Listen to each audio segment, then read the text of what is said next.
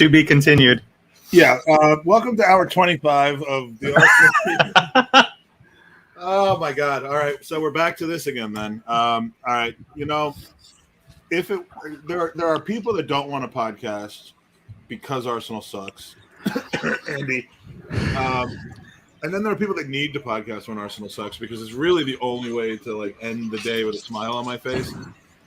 Whoever has multiple loud things going on in the background needs to be careful about that because it sounds like there's a truck driving through the studio. But in any case, welcome to the Gooners podcast episode. This is the first day of the season. We are in episode 6.29 because I made the executive decision to count the 24-hour podcast as about 19 different episodes. It makes us look more accomplished. It's a big deal. So this is not the way anyone wanted to start the season. Mikey, Jared, I mean, is this what you had in mind? No, not at all. And you know what? I think Jared was the one that was saying it's going to be the only level-headed person on this podcast was saying, hey, this game is going to be harder. And look, I was kind of with Jared where we might squeak a win.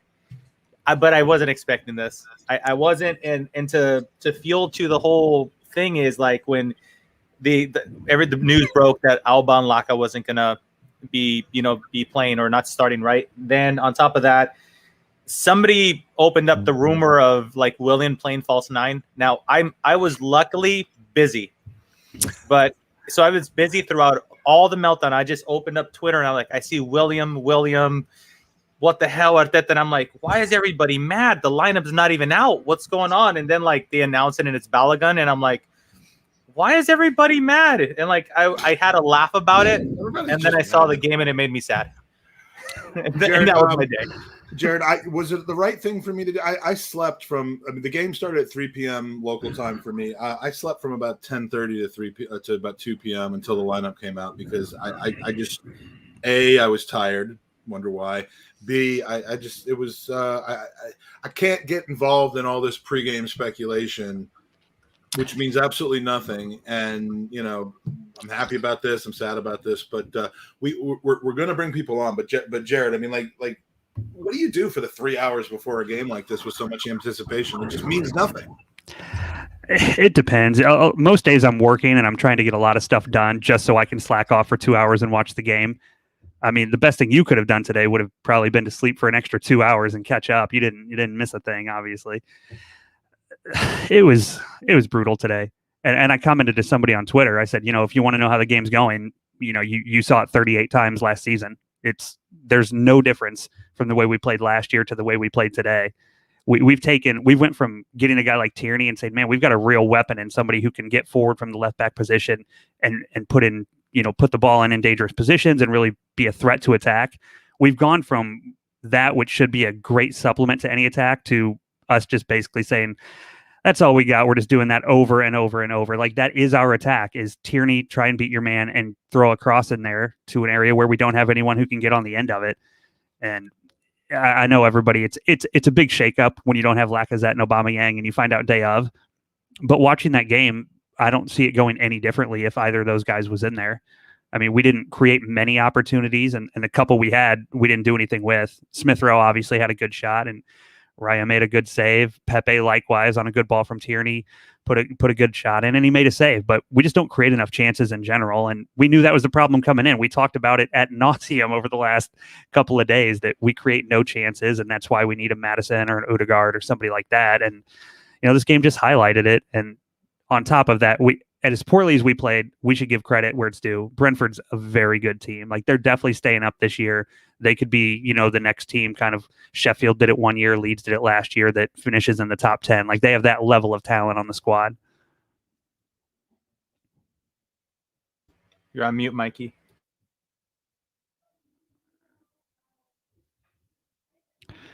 Either you're still on mute or yours just isn't working. We can't hear you at all. You can't hear me at all? There you go. We're with you now. All right. I was just talking about the people we have in the chat. We've got Arsenal New Zealand. We've got Ask. We've got Steven from New Orleans, who I did not sleep in the shirt. I sleep completely and totally nude. I could vouch for that. And but yeah, we've got a lot of people in here, and we've got a lot of people in the red room. So let's go straight to the open mic part of this. Look, have your say. This is not a rant cast, but after a game like today, you kind of figure what's going to come. I do, and I said this last season. I give preference on these late night situations to people who are over in the UK. At least those who I know are in the UK. If you're coming to GoonerOpenMic.com, you'll need to wait a little bit because the studio is literally full for the first time on one of our open mic pods. There's 10 people in there, so absolutely awesome. So as soon as we move on, give a try to GoonerOpenMic.com. So our first guest tonight, who's part of the royal family of Arsenal supporters. She is an incredible Arsenal supporter in her own right. Has been featured on the Highbury squad a number of times. Her father. Oh my God, I love her father and I hate her father at the same time. But ultimately, I love her father, and so we welcome onto the podcast for the very first time, duck breaking on the Gooners podcast, Lucy. Hi guys, thank you for having me on. First of all, it's a pleasure. Absolutely. I can't believe that Russell Hogg created something like that. But he'll be glad to have gotten a mention too. He'll be ecstatic with that. He actually paid me once never to mention him again. So I'm not so sure about that. But so he was at the game tonight. Have you heard from Russell yet? I haven't heard from him since. I'm not surprised. Are you getting worried? He's on a rampage. He'll either be at the pub or he's with Dan and them lot having a moan about something. It's fine. He'll find his own way home eventually. But to be honest, it's a good thing he wasn't here because he'd have been going completely mental. Like Jared said, I was getting a bit of deja vu. You may as well have just gone back and watched the highlights from last season between Mari and Lino playing out from the back with their usual nonsense, and Katie just putting in endless crosses and not really landing in the right place or not really finding anyone. It's just more frustration. But are we really surprised? I guess I'm not really surprised, but I wanted to be surprised in a pleasant way, but I mean, like for today, a neutral game. I mean, for a neutral, today's game was like everything that football is supposed to be, but we're not neutral. That's the problem. I mean, the thing I said, it was even in one retrospect. It was very even. Both sides of the pitch saw action, but there was just a lack of quality from our side, unfortunately. And Brentford deserved it, man. And I said this is the worst possible game we could have got to start a season off because they were so up for it, and quite rightly so. They've just been promoted, first time in 70 years or something crazy. They showed it. They showed ambition. They showed everything we lacked, unfortunately. I would have loved to have been able to see a brighter side out of this from Brentford's standpoint, because again, just the story is fantastic. And I mean that from a neutral and even from just a passionate Arsenal supporter. I'm thrilled for Brentford. I mean, Jared, this didn't have to come at our expense, or is it just classic that it came at our expense? We're the gift that keeps on giving. Right, we are for everyone else. I agree. I think they're going to be kind of the fun team to follow this year. If you're a neutral fan or if your team's already played and you're just looking for another game to watch, I kind of thought it was Leeds last year that a bunch of people just enjoyed watching them play. I think that's going to be Brentford this year. When you look at up front, that Mbuomo, if I'm saying his name correctly, I don't know, but between him and Tony up front, like they're going to be a handful for any team in the Premier League. They're so good. And the one thing that stuck out for me, we knew going in, for all the reasons Lucy said, it wasn't going to be an easy game. And then on top of that, you just watch the intensity level of both teams. Every 50-50 ball Brentford comes away with, any challenges, they're stronger. They were more physical. They just outplayed us in every single facet. Now, you could say, if we get lucky on a couple of our chances, maybe we nick a goal or two or there. Maybe that's true. They had a number of other chances they didn't convert. And there's no question coming away from that game that the best team came away with 3 points. I think you'd be hard-pressed to find any Arsenal fan even who says we deserve to get something out of it, because they outplayed us from minute 1 to minute 90 in every facet of the game. They look great. Minute 4. I mean, I think we had a few minutes where we were on our front feet. Yeah. I feel not enough though. Not enough. Yeah. No. I said feel free to laugh at me too, but like we're going to win the league this season? Oh yeah, we're going to win the league for sure. Not seeing Willian and not seeing Oneni was to me a sign of like not regressing back to a comfort zone for Arteta. So seeing Sambi there and seeing Martinelli start, we know that he didn't play much, but he was like, he's fit because he's been training with Brazil in the Olympics. To see him start, to be honest, I got my hopes up. I thought, with Martinelli in the front line, and Saka, there's an argument to be made that he's going to be rushed coming back. So when I saw Martinelli and not relying on Willian on the crutch, that is the experience that everybody kind of likes to say that the leans on, I kind of got a little up for it. I was like, okay, this might be a little bit of a more feisty game, but yeah, it gutted, man. I just didn't. I knew they were going to be up for it, and boy, were they up for it. But I mean, I don't know if it's the group of individual players or the manager. I know that's always a big talking point, but like, do the players just need to like get up for this, or does a manager literally have to tell these people, hey, come on, boys, this is the first game of the league?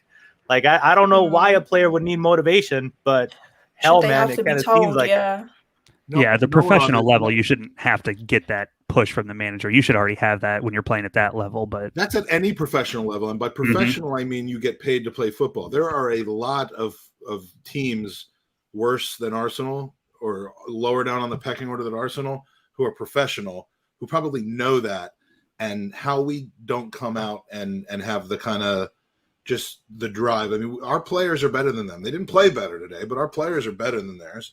And that's the point as well, is people are crying out for Arteta out already. It's the first game, but at the end of the day, some of these players have seen out 3 different managers now. So it's not just a case of getting rid of a manager. It's a case of some of these players who are just doing the same in week out, who are showing no ambition, no passion, no energy. They need to go. Like we showed a lack of squad depth, and I really do feel that, yeah, it's nice that Martinelli and Balogun got a chance and Nelson got a chance to get back in the team, but they really were, I feel, thrown under the bus today because of the whole Aubameyang-Lacazette scenario. I feel like they really didn't get a fair chance to show what they were made of because they were just thrown in, and it's too much pressure for them. Unfortunately, they haven't got the experience. I would agree, and at least online, I've seen a lot of people come down pretty hard on Balogun for not really offering much, which he didn't. But like I said, we didn't do him any favors. No one was putting him in a good position to succeed today. And do I think he's good enough where he should be leading the line for a Premier League team right now? I don't. He's 19. You just don't see that in the Prem. But I think it's a little much to say that, he kind of had a failure when, like I said, I'm not sure if Lacazette or Aubameyang's in that spot for him. You really see much different out of either one of them. He had one good chance in the box that he had just a terrible touch on. But other than that, I don't really see a whole lot of difference because we just don't get service to players in that position. And I think that's the kind of one of the key issues. I can't say the one because our biggest problem is that we have more than one problem right now. No, that was the only thing. We would have won 8-0 if not for that situation. So go ahead, Mikey. Well, Mike, we got we have a good problem today, and it's a problem that we're not used to having, which is we have so many people in the red room that we want to make sure to get everybody without making this another 24-hour podcast. So, although at this point I'm well rested, I could do it. But so Lucy, it's been fantastic to see you on our air. Is there anything? Thank you for having me. Anything you want to publicize, or I mean, are you? I know. And again, I hate to keep referring to your dad, but I've known him for 5-6 years and loved him. He's quite a figure. It's fine. He leaves an impression. he left an impression. He sat on me once, and he literally left an impression on me. But he was always preferring to be in the background, kind of making snide comments. And then all of a sudden, there was like a month-long period where I saw him on every single podcast he could possibly be on. So, what I want to ask you, as an independent person having nothing to do with your father, are you starting anything? Are you doing anything, or are you? Are you? I mean, we're both like, I think, fan ambassador signings for the Highbury squad. So hopefully we'll see each other over there. But fingers crossed. I'll be on the Highbury squad a lot more. That's the goal, and I'm always available, to be invited. I love being on here with you guys as well. It's been really cool. I'm on Twitter a lot. I've been ranting a lot, unfortunately. At Loose TBH down the corner there, and on Instagram as well. But yeah, hopefully I'll be doing more of these. Because I found a love for it. Following in my dad's footsteps has been cool as well. got a lot of cool people to speak to. So well, fingers crossed I'll be on more. Hopefully when I make it back over, we'll see you at the pub. I brought my daughter over about 1.5 years ago, and lead judges and everybody kind of were acting very inappropriately in front of her. So I promise not to do that in front of you. But it's great to see you, Lucy. Thanks for joining us. Take care. Thank you so much. Hopefully it gets better from here on out. Fingers crossed. All right. Take care. Thanks, Lucy. How do I do this? Oh, okay. You think I would know how to do a podcast? I mean, if you don't have it by now, you might not ever get it. Yeah, really. That's why we've gone from 2 people to 4 on the podcast. So here's a scenario. I want to ask to somebody else who I happen to know is also at it's 11:20 p.m. Craig, I said we had to do the podcast again. I didn't mean today, but it's great to see you. Anytime I get on a pod with the most appropriate name podcast out there is what I said today. Yeah, really. Craig, the founder and host of Same Old Goddamn Motherfucking Arsenal. Like, I've added a few words, but so here's a scenario. It's August 13th, 2021. The Super League is kicking off with Arsenal against Juventus. Next couple games against Chelsea and Man City, just like we were always going to do. And then Real and Madrid and Barca after that. I mean, by February, we're on 0 points and our fans are cheering and singing, "We are staying up. We are staying up," because there's no relegation. I mean, how ridiculous does that look right now that we were going to be one of the teams selected for that competition? Well, I mean, it's preposterous, isn't it? To think that we would be even considered to be named in amongst those teams. You would nearly put Tottenham in there ahead of us now. I'd put Aston Villa and Brentford ahead of us now in there. Exactly. Watching the game tonight, I'm actually surprised that we've actually got worse. We've actually got worse. We're so robotic. Our foot is all in straight lines. There's no one running in the channels. There's no freedom of expression. There's no free roll. Everyone is just playing down straight lines. And I don't think any of them know what their job is. And it was so apparent tonight. No one, I just can't believe the first game of the season that you can turn out a performance like that. The only good thing that came from it was Smith Rowe. Superb once again, should have scored, but hey, look, that's football. My worry is now, people who have watched the Same Old Arsenal podcast, people who have seen me on this podcast know that I backed Arteta to the hill all season. I'm a man of my word. I said I'd back him for a season. I backed him for the season. But our contract with him is done now. Yeah, I'd sack him in the morning. Yeah, do you know, it's not going to happen, right? But is it Lucy who was on before? Pardon my, it was Lucy, wasn't it? Yeah, Lucy said, and she's dead right. Mm-hmm. That's 3 managers now that can't get a song out of these players. 3 managers, right? So okay, we sack Arteta in the morning. Who comes in? Who comes in? Who comes in to Arsenal Football Club right now that gets a song out of these players? That team, people think I'm over-exaggerating here. That team needs 500 million spent on it, minimum, before we get anywhere near the top. Now, what manager are Arsenal going to get in? And they're going to provide him with £500 million to sort out the team. We won't. So exactly. So what does that leave? Claudio Ranieri. Big Sam. At this point, we are in big trouble. Mm-hmm. And there's no doubt about it. We are in big trouble. We are not the Arsenal that we once knew.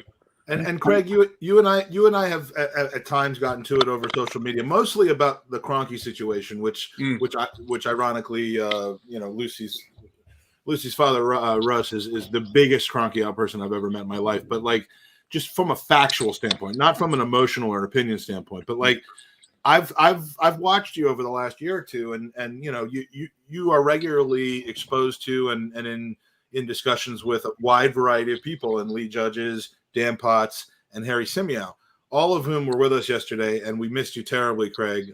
Sorry I couldn't make it, but well done. Yes, you should be very proud of yourselves. Well done, everyone. It was a great time, and again, I say that not out of guilt, but out of just desire that we would have had you there. You've pretty much rolled with the punches. I've seen you pretty, and Mike and I talked about this on the pod, how we're called fence sitters. We don't have strong enough opinions, but that's okay, because like you go with what you're feeling at the time. Yeah. And and again, you didn't buckle to the trend of Arteta out on Christmas Day of last year, the day before Boxing Day, when everything started to get better. You kind of held to your principles and said, you know what, from what I'm seeing, we need more time. But I'm seeing the opposite happen, and I'm feeling it, and I'm right there with you. And I don't want to be upset, but I have to be realistic with myself. Like, you can't just stick your head in the sand any longer. You can't. But then the question comes as well, Mike, and I take it to Jared, I take it to Mike. So we sack Arteta. That's his way of saying I've been talking too much. Yeah. That's a podcast host for you right there. Excellent hosting skills by Craig, just passing the baton on to somebody else. Yeah, pesky podcast hosts. But who comes in? Seriously? All right, I'll put the question out on Twitter and everyone's saying contact. Right? Okay, bring him in. Do we provide the finances? Is he going to come with no money? Of course he's not. Yeah, we don't provide the kind of finances it would take. There's no question he's a great manager, but why would he take our job? Yeah. I mean, why would he want it? What top manager comes into a club knowing he can't spend it and improve himself? And I mean, that never happens. Pep doesn't do it. Conte doesn't do it. Allegri won't do it. Yep. But so like, if you're a club that knows you can't do the Galactico thing, how are you ever going to get a top manager? Yeah. But apparently, if you ask the Twitter experts, it's easy. You just get Conte in and everything's going to... Oh, yeah. And getting a new manager a lot of times is about the timing. I mean, there was a part of last year where I think most everyone, even the people who liked Arteta, given the record that we had, wouldn't have said it's unjustified if he got sacked. Yeah, exactly. And I was one that said, I'm fine with giving him more time. We'll see what he can do with the team. But if he got sacked, I wouldn't have had a problem with it. But as soon as you keep him on and give him this whole summer, and now you're buying targets that he's, you would think had a hand in picking out, you're kind of investing in him. The people who say we should sack him right now, that's just not realistic. The team's not going to invest in him to the point that he's involved in our transfer decisions that have been, upwards of $100 million, and then sack him after one game. It's just not realistic. They're never going to do that. And I have a question for all three of you. Does anybody think we're not going into the international break right now on 0 points? Nope. No. I mean, that's even with 0 points. Even the 8-2 against Manchester United, that was our third game of the season that led into the transfer deadline and the international break. We even had 1 point out of 9 that year. We're in big trouble, lads. And look, Chelsea next week, great. Arsenal we're the biggest contrarian team in the world. Like we win when people think that it's hopeless. We lose when we think that we're finally putting everything together. So the one good thing I can say about Arteta is how brilliant it was to create the situation right off the bat where things are as bad as they could possibly be, so that we can go and surprise Chelsea next week. I mean, the guy is levels above the rest of us. He's thinking 2 steps ahead. I just have to say though, Mike, hats off to Brentford. They were absolutely brilliant tonight. Absolutely fantastic. And to see crowds back at the football again, and to see, the joy on those Brentford fans' faces. I mean, it's a horrible fixture to get. A newly promoted team at home. It's a horrible fixture to get. But that's not making excuses. We should be beating teams like Brentford. And I heard someone say that our players are better than Brentford's.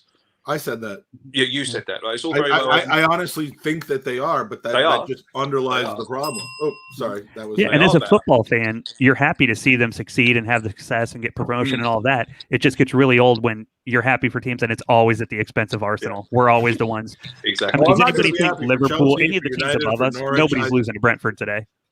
Exactly. But I see a lot of comments coming in there saying, Unai Emery got us 5th. Wenger got us 5th. We sacked him. He lost the dressing room. That's fine, right? So if we bring in a new manager and he loses his first 5 games, would you sack him as well? Keep going. Just keep going until we find one that can win 5 games on the trot.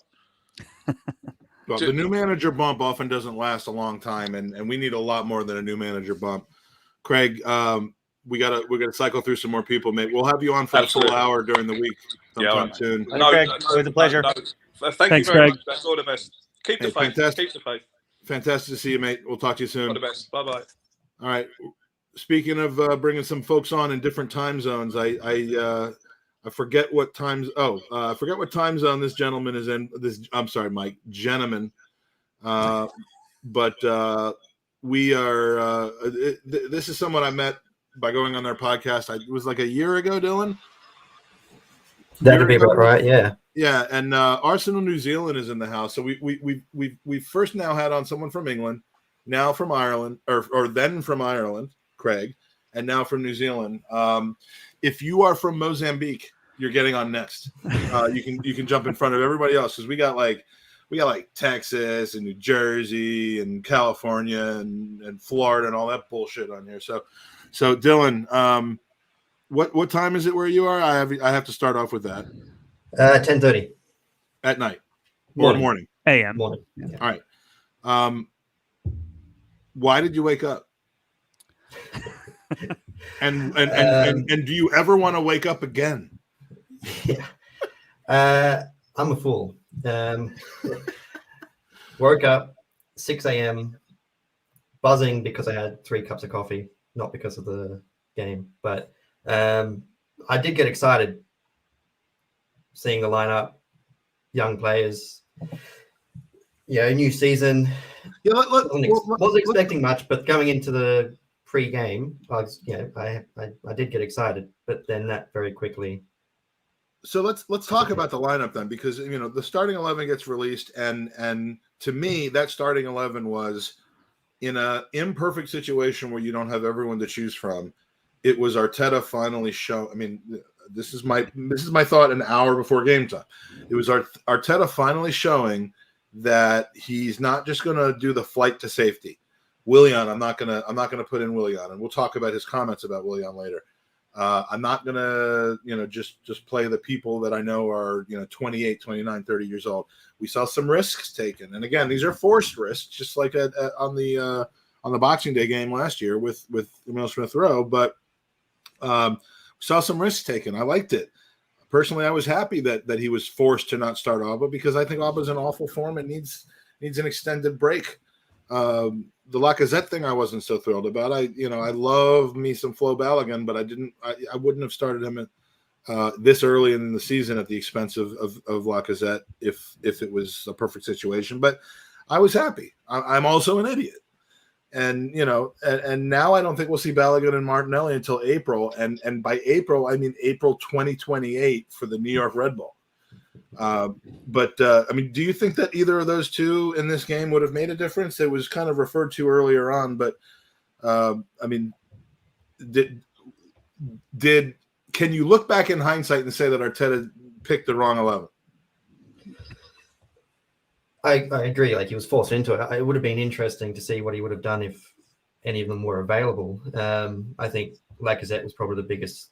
You know what he would have done, because as good as we hope Balogun will be, his hold-up play was probably the hardest thing for us to deal with today because we just couldn't keep the hold of the ball when we got into that second half.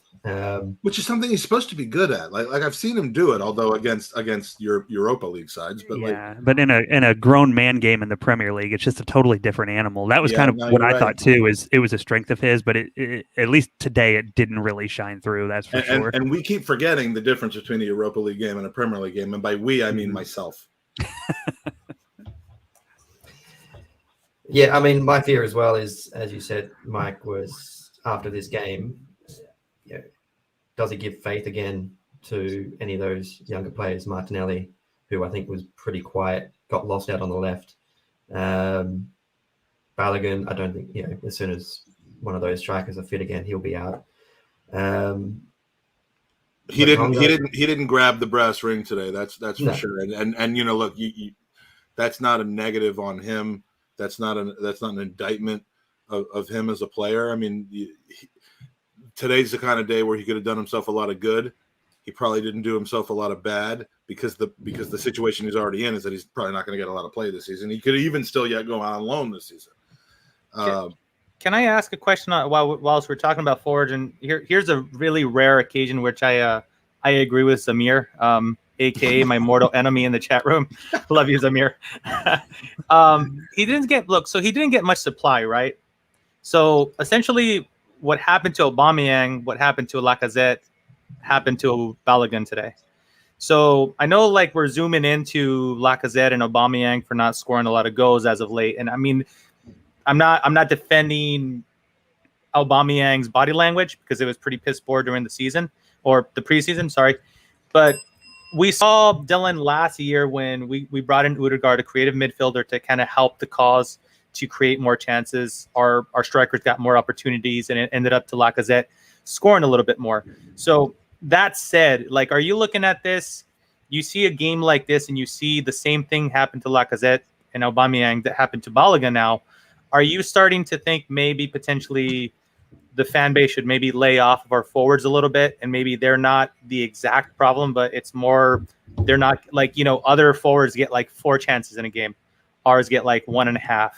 You know what I mean? Like, so at this point in time, like if you're the manager and you're assessing the team, the board says, hey, what kind of player do you want? Are you going for that Tammy Abraham that we're being linked to, or are you going for Ødegaard? All day, Ødegaard. Hopefully, the news that he's being left out of the squad this weekend. I think I also saw a no squad number as well. It's been assigned, so hopefully that's news that means that he's leaving, but also on the way to us, because that's one thing that we're lacking is creativity. We haven't had that, since we've lost Ozil. Really, we look better the second half of the season. With Ødegaard, by lost Ozil, you mean like 4 years before he actually left? Yeah. Yeah, but I don't think it's a coincidence that last year, we talk about Smith Rowe coming in on Boxing Day, that we're bringing Ødegaard in January.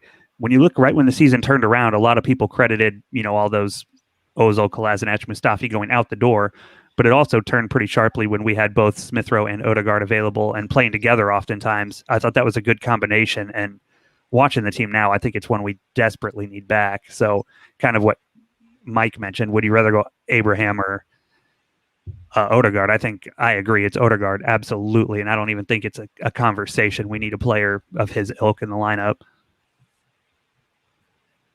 No, for sure. And he's sort of the one that maybe this is why people are a little bit disappointed on Twitter saying, why are we going for him? He doesn't stand out.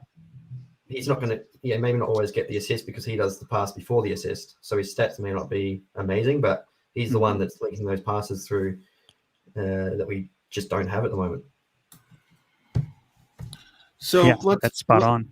Yeah, let's get into kind of the logistics of the game, but and we're going to do that with our next guest. So Dylan, I mean, I was going to say I'd let you get to bed, but that's only because I'm the one that goes to bed at 10:30 in the morning, not you. But I wish I could. My kids would not allow me to do that. Even if you know what? Keep in touch. We'd love to have you on again sometime. The open mic is always open, and we're going to try to really kind of to grab some new people. We're all about finding new talent. We're stats DNA of podcasts, I think. Or as Mike, but a good one, not the one Arsenal uses. Yeah, no. Well, Mike and Owen and Andy would probably just focus more on the DNA than the stats DNA, but Dylan, it's been great to have you on. Please come back again. Hopefully we'll have something brighter to talk about in the coming weeks, but say hi to everyone down there for me, because everyone will be like, oh, Mike said hi. That's fantastic. Thank you. Yeah, they'll be excited. Yeah. All thanks right, for having me on, guys. Have a good Take day. care. Thanks, and where can we find you on Twitter? Your name on here doesn't have your Twitter handle. So are you still doing podcasts? Yeah, so we do once sort of a preview every week on Spotify, Arsenal New Zealand, and we're just sort of starting. Good time to start, I know, but post game as well. So going live on YouTube and Facebook. Again, Arsenal New Zealand. At this point, if you're not that you've just gotten started, because I know you've been doing your podcast for a while, but speaking of the previous guest, Craig, who in 2018, I believe, came up with the best name for a podcast ever, which is Same Old Arsenal. Like what could possibly beat that? Like fuckthisshit.com podcast. I mean, like at this point, I think he's got the trophy, but Arsenal New Zealand is pretty good too. So, all right, Dylan, we'll see you in a bit. All right. Thanks, guys. All right, Thanks, care. Dylan. All right, guys. I want to talk about the game a little bit, and then we've got a lot to talk about. We might be on until about an hour and a half or so from now. But let's bring on Aston. Aston generally positive, but on point when he's not feeling so positive. So, Aston, are you? What are we getting from you today? I'll come back on when Aston's not here. He's nasty when he's angry. Okay. Yeah, what's up, Aston? We'll call him the Incredible Hulk Aston. You got to take yourself off mute, but you love Aston, but you wouldn't like him when he's angry. Yeah, bruv, what did I just watch? Like, what was the point of that? Because and this is the terrible thing, because at the beginning of the summer, the very beginning of the summer, I had this dreadful feeling like we're just not going to fix this problem, right? We're just going to leave this problem, and we're going to have the exact same problem that we had like the last 38 games for the next 38, right? And I'm like, we start spending money. We see 50 million on Ben White. We get kind of excited. We're like, okay, we're out there. But then you hear Xhaka leaving, and then you hear, oh, no, we're extending Xhaka. He's staying, and we're not actually going to get a better midfielder. And so we're going to continue to do this thing where our midfielders constantly and continually can only pass the ball progressively forward if they're targeting one of our fullbacks. Like that, the whole game plan is like, let's get the ball to Tierney, and hopefully he can make a pass that'll actually get through. I actually think Tierney made more penetrating passes through the middle than any of our midfielders, which is crazy. So I don't know, guys. I don't know what do we expect something different? Would we think anything else is going to happen? Given our previous conversations, you think everything would be fine if we signed Aaron Ramsey back? I really wish, but you know what? That's actually a really good point, because let me paint a picture for you guys. I'll never forget, this is called polishing a turd of an opinion. This is 4 years ago, or I think it was 2014, 2015. We're playing Aston Villa. It was like a 4-0 Aston Villa game. And I remember that's the one where Ozil does the madness, like the pass backwards with the back of his heel and like slide Giroud in or something crazy. But the point is in that game, Hector Bellerin scores. And Hector Bellerin scores, and they, afterwards they do the interview. It's because Santi set him up. And I remember Sandy going, oh, yeah, he's a new player. He's just breaking into the team. We really wanted his confidence up, so we gave him a goal. But that's how good our midfield used to be. Our midfield used to be able to do things like, oh, we can make the new guy score a goal when we want. Like, I don't think I saw Sambi Lakanga or Xhaka pass the ball into the box at any point. So it's like, what are we doing, What are we doing? Well, and the kind of the sad thing is our alternative to that, having Partey out, is Aneni. So if Sambi wasn't that's kind of known for being a more progressive type of player, if he wasn't the answer to Partey's injury, imagine how much worse it could have been with Aneni. You could make an argument that we might have potentially won a few duels in the midfield compared to, I don't know, one that we won today, but it still wouldn't have improved any in our attack. Had a bad game. Was he one of our bigger problems today, or was he one of the sole bright spots that we had today, Jared? I would say in between. I thought he started off a little bit slow, but I thought he grew into the game pretty nicely. And I still think, especially given the second half, I think he offered more than El Neni would have. And you're getting something out of that because he's growing as a player. He's a young guy who's adapting to the league, and he's going to continue to improve. So I like that he started. I like the way he kind of developed as the game went forward, even though I thought personally he started a little bit slow, but he was far from the problem for the team. I mean, off the top of my head, Leno, Mari, Chambers all played worse than he did. Probably some others. Yeah. Let's talk about Chambers in the context of the first goal and Aston. I mean, there is no one that has stood up for Callum Chambers more than me, probably.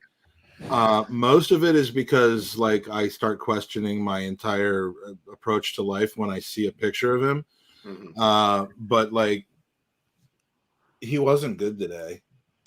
And Sophie and I, Sophie and I go back and forth on this all the time. It's almost just like an absolute shit take. Like I've backed myself in the corner where I'm like Chambers' biggest fan because of how much Sophie does like believes he's like the epitome of how we settle for something less than we should have. And I never said that Chambers was the best possible option for us at right back compared to like who we could have brought in. I think he's not really done a whole lot wrong until today. But like after that first goal, I WhatsApp. Is that past tense for texting someone on WhatsApp?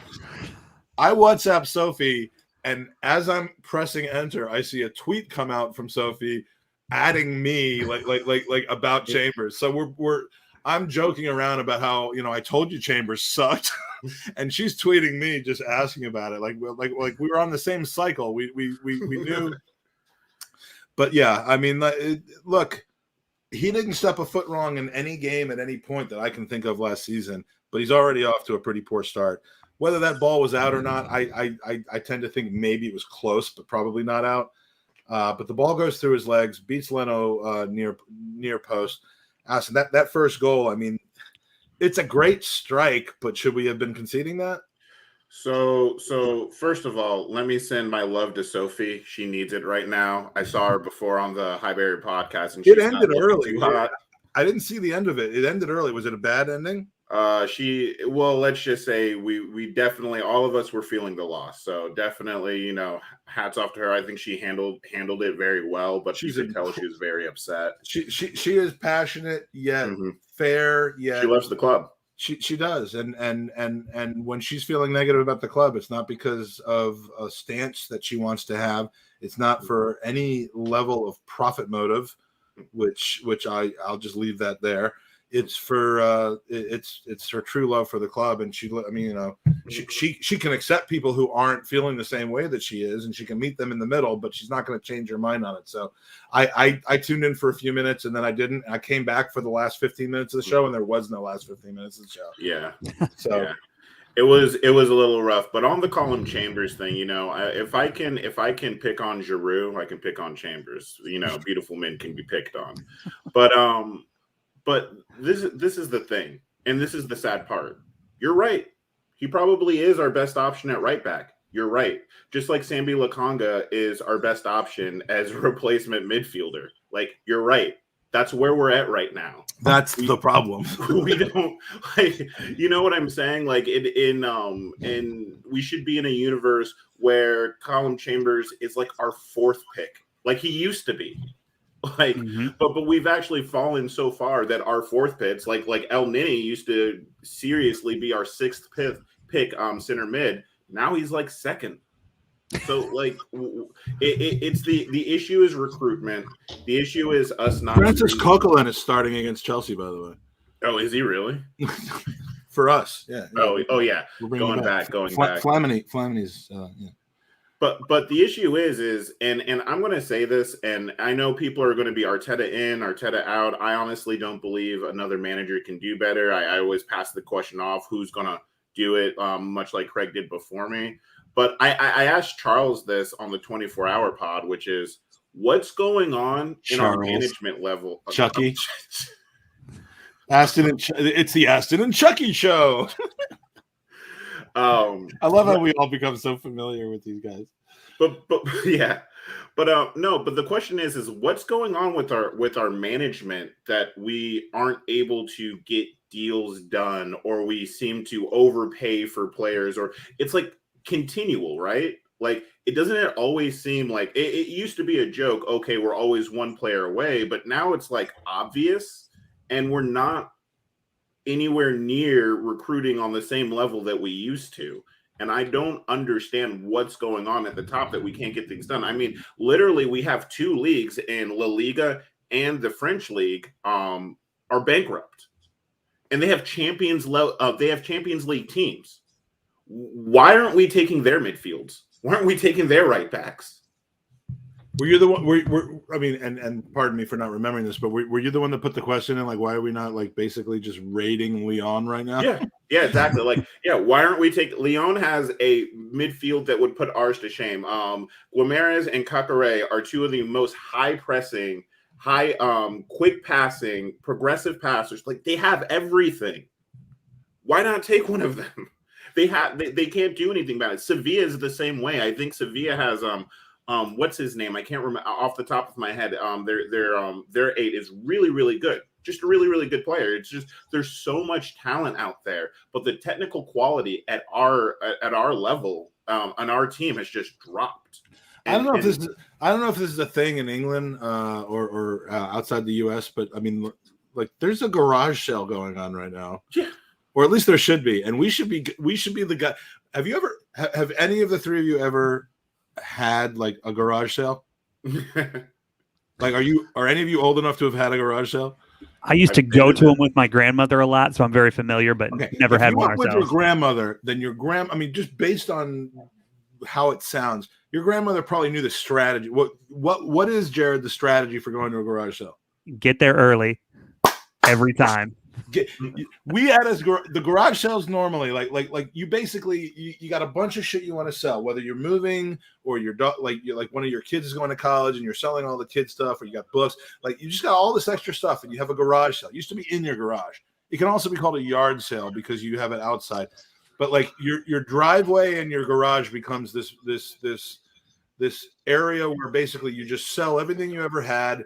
And the prices are ridiculous. Something you might have bought for like a piece of furniture you might have bought for $400 20 years ago, you're selling for $20 now. And like, you open it at 8:00 and it ends at 12 normally on a weekend. And when you publicize it the right way, you've got 30 of Jared's grandparents all showing up at 7:30 a.m. like before you've got everything out there, because the thing about garage sales is you get there early and you grab everything before anyone else can get to it. The lazy people lose. And I guess I'm making an analogy to the transfer market in France and Spain right now. Yeah, what you're trying to say is when you go to the garage sale, you go there with a strategy and a plan. And if you can't get the thing that you're looking for, you find the next thing on the list. I think one of the biggest issues is, like, remember when we were in for Locatelli? And then all of a sudden we knew we couldn't get him. Then suddenly we extended Xhaka's contract. Like, you guys think that was a coincidence, or is it that we just didn't identify any other players? So I was one that I love Ruben Neves. He was the guy I wanted this year. I think he solves a lot of our problems. But just outside looking in, as soon as we were out of the Locatelli race, I think the club looked at it as, well, we can spend, the 40-ish million on somebody else in that position, or their other option, which I think is what they went with, is we can keep Xhaka on, not pay any transfer fee, and then put that 40 million towards a number 10, which looks like it may be Odegaard. My hope was that we'd have, the ability to bring in Odegaard and another center mid, because if you have a midfield pairing and Xhaka is your third choice, you've got a pretty strong midfield pivot. We're back with him as our second choice, and now Partey's out injured, and it's kind of just feels a lot like last year. So I hate to give them excuses, because I thought a center mid in that position should be number 1 on the list this summer, and we still haven't addressed it. But I think that was kind of their thinking, is that, if we do re-sign Xhaka, he can do a job there for a year, and then we can use those funds to get a number 10. Also, I'll say on Xhaka, if we couldn't get 12 or 13 million from Roma for him this summer, I think there's a possibility, if he actually played decently well at Arsenal this year, played decently in the World Cup, come next summer, you're in hopefully a non-COVID market, we may still get more for him next summer, even being a year older, than we would get this summer. So I think kind of all those things play in. But at the end of the day, I thought center mid was the most important position, and I'm with you. I thought we should have addressed it up front. And as soon as Locatelli was off the table, I would have been in for Ruben Neves or Bruno Guimarães or a number of other players before I started looking elsewhere. But that's just kind of the route they wanted to go. But I think that was sort of the thinking, is you can save those funds by filling that position with somebody you already have, and then use that money elsewhere to try and fill in the gaps up front. So anybody think with the fact that, like, it was always kind of the plan to sell Willock, right? That was kind of like everybody kind of knew he was going to be on the shopping list. Everybody knew Newcastle's going to want him. when the window started, I thought if even with like just one Xhaka or Willock leaving, I thought the club needed to buy 2 center midfielders. So obviously Xhaka staying was kind of a wrench in the grand plan, right? I understand that people aren't happy with the execution of the plan, but that's not to say they didn't have a plan to do this. And it was really clear that they did by the heavy links with Locatelli, the links that we have with Neves, Guimaraes. So it's very obviously they were looking at a center midfielder, but those links all went away. Those links are just for all or nothing at this point. You think so, man? Because like I couldn't help but notice, but those went away when they couldn't get the deal done with Roma. And essentially, they're like, if that's what causes us to not sign those guys, then that's a big enough problem in and of itself. I mean, like thank you. Yeah, exactly. I mean, if I'm fine not selling Xhaka for 12 when we think he should be sold for 20 or 25. That is the right move. I agree. But to then bring him back, extend him, and cancel, if that's what we've done, our plans to bring in another midfield partner for Thomas Partey in the long term. Whoa, that's really, really old school bullshit.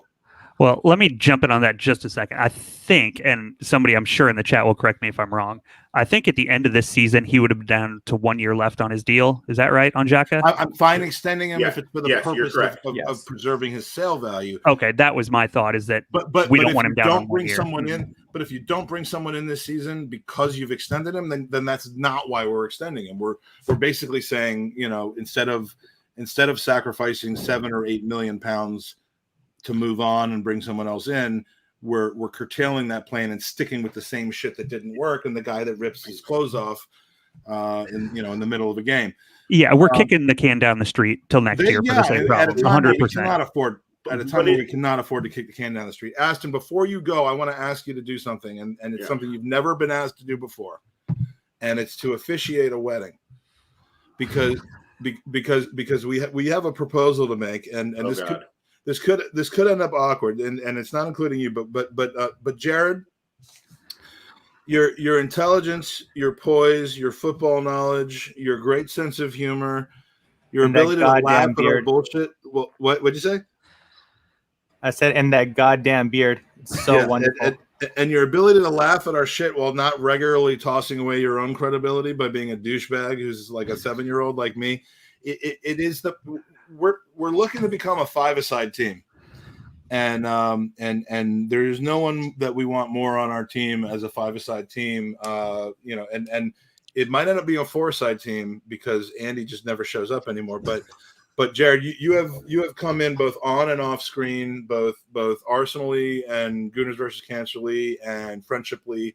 And you don't have to give us an answer on the podcast because this could end up really being awkward. Like if Tom called you like an hour ago or something like that, but or if Mike called you an hour ago and asked you to be on. But we want you not to just to be kind of a typical co-host, but a part of the Gooners pod team. So the offer is extended. It's official.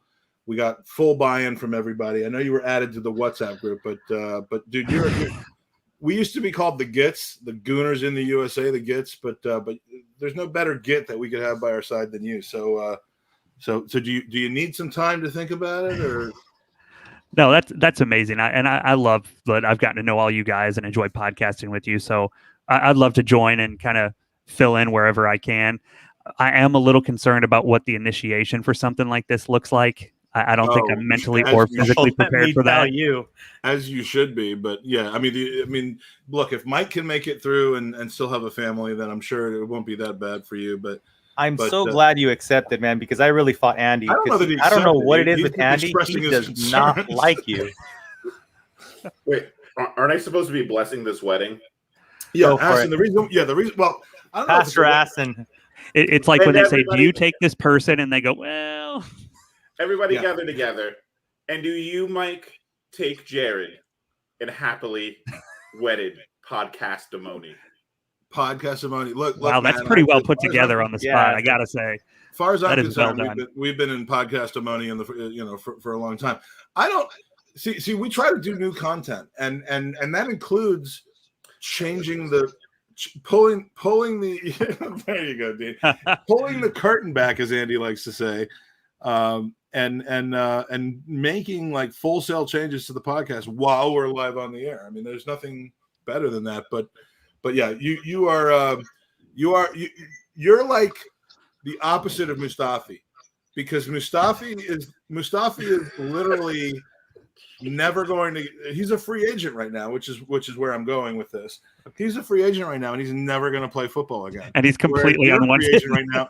You're a free agent right now, and you're at the garage sale at the Ritz-Carlton, and we're like, we got to grab this guy before he goes anywhere else. So, as far as my plan goes, I was going to try to get Mustafi on not another Arsenal podcast, but if that fell through, I was coming for Jared.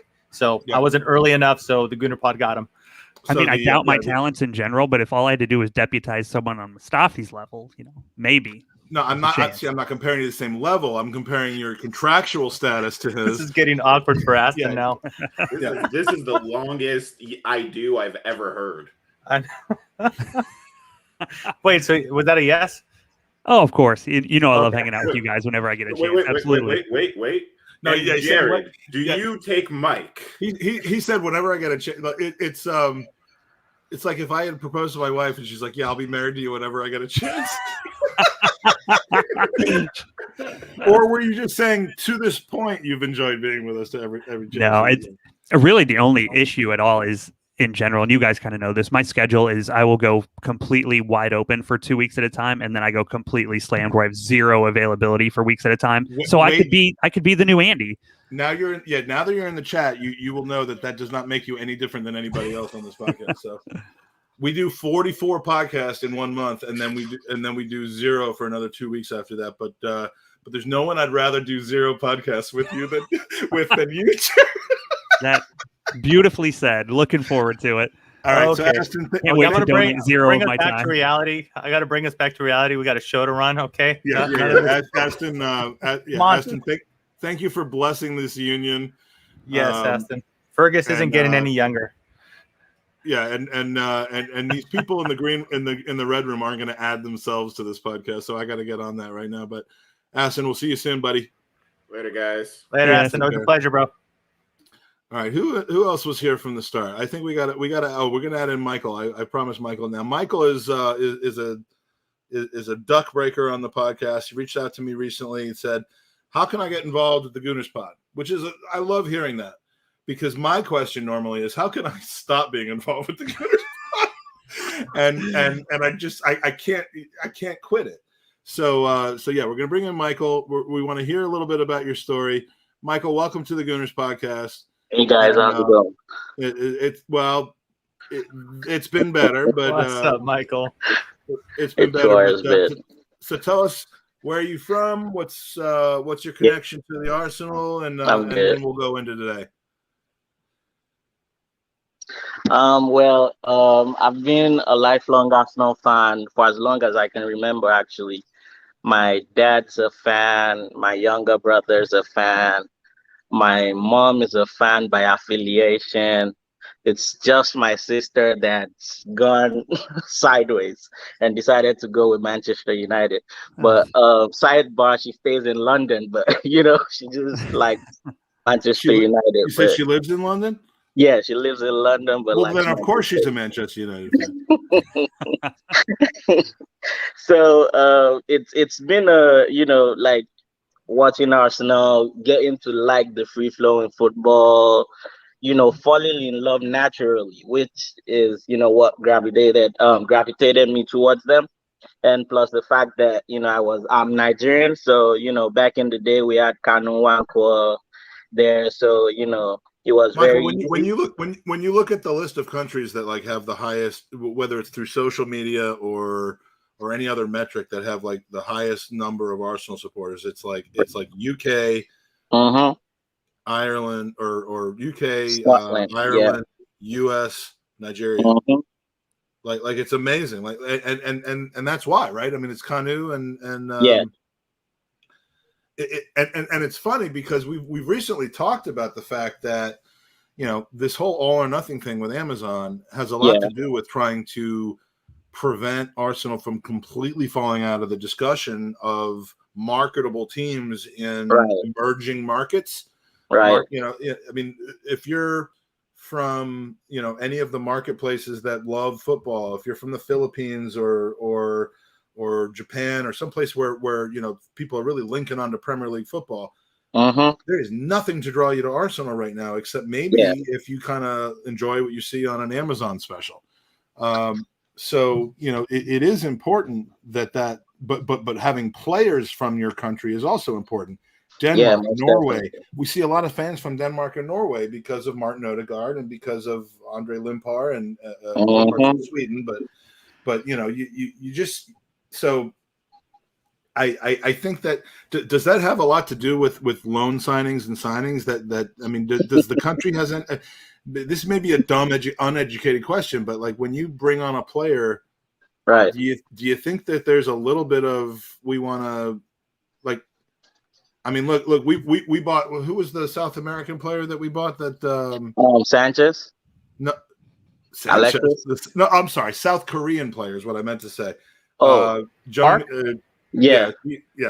I mean, like sometimes sometimes those seem more marketing than player, but I don't know why I'm off on this tangent, but yeah, I mean, it's also been, with the preseason, if you noticed, they try to come to United States this year, which, they did last year, and I think maybe the year before. So, they're trying to expand their horizons in the American market, which everybody knows, football is different from soccer out here, so, but I understand what you're saying and I get your point with that. So tell us about today then, because and again, just we got a few different things we can talk about. We talked about the first goal. We haven't really talked about the second goal yet, and if you don't want to focus on it, I don't blame you. But I mean, schoolboy defending off of a set piece in the form of a throw-in. Mari basically, you don't let a throw-in in the box hit the ground. He didn't, but he pretty much put it on the ground with his own head. Right. Leno's being held a little bit, and I've seen that called before. But I mean, look, I'm not trying to go there with the excuses and stuff, but just absolute sickening play from Arsenal on that series. Yeah, that's very soft. I mean, you went easy on Arsenal. That's just basically it. And if you remember part of my DMs that I sent you, I was like, I feel like I have lost love for the game, right? I've lost love for Arsenal, but because I see people like you guys putting effort into it, I know they're like genuine fans that still love what the club stands for. And, that's why I was like, yeah, I want to get back. I want to get back into it. I want to talk with people that, analyze the game, look into the game and everything. But look at today. Everybody was happy with the, with the lineup because, okay, we had to make do with what we had, right? But the display apart from Lokonga, which I thought was just like a Partey clone. It was just like a clone of Thomas Partey. Apart from Lokonga, every other person, then apart from Bukayo when he was brought on, every other person failed to impress for me. They all were playing like it was still preseason and, they had nothing to lose. Nobody was going to get, criticized for it. First 20 minutes was maybe okay, but I mean, up until before they scored the first goal, yeah, you could say maybe that was okay, but I don't mean to be too predictable, but Ayan saying I would honestly take Yosai Benayoun in this midfield. He had more technique than the whole of our midfielders. The problem is Yosai Benayoun would not have been available for selection today because it's the Shabbos. Yeah. But yeah, we couldn't afford these Friday night, early Saturday morning games with Yossi. But no, I'm sorry, Michael. Go ahead. Yeah. So the game was abysmal. It was, below par. And somebody said something yesterday which I stuck onto. They were like, Arteta has been adequately trained to talk to the media. So, he makes us believe something, like he deflects, the actual state of the team, from the fans, except the ones that are really watching, are really looking at it. and answers these questions diplomatically that you feel, oh, we're the nicest thing since fried rice, or something like that. But I when we actually get ate into fried the rice actual about game, 4 hours ago, and it was incredible. But and I'm not even kidding, I did. But I know, I just ate my own fried rice you too. can tell. Yeah, it's So not that when- big of a coincidence. He actually had 9 entrees.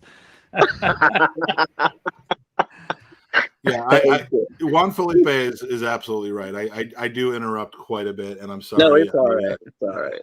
It's just what I do. Yeah. And then I shut up and I pass out on the camera, and then you have all your say. So I'm sorry, Michael. Before I rudely interrupted you, what were you? Yeah, so I was just gonna touch on, like the team. I don't think we have any direction. We don't have plans, like a plan A, a plan B, and plan C when things tend to fall apart. We just compete and just, hope 90 minutes is over. That's all we do. We compete and pray and hope 90 minutes is over and pray somebody does something.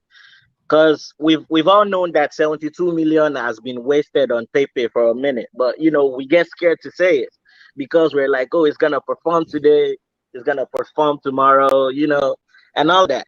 And for me, I mean, like I said, the team was okay coming in, but we all knew that Gabriel Martinelli has been playing his socks off. He just came off an injury, he didn't really play in the Olympics, apart from like the last few games where he came on and everything.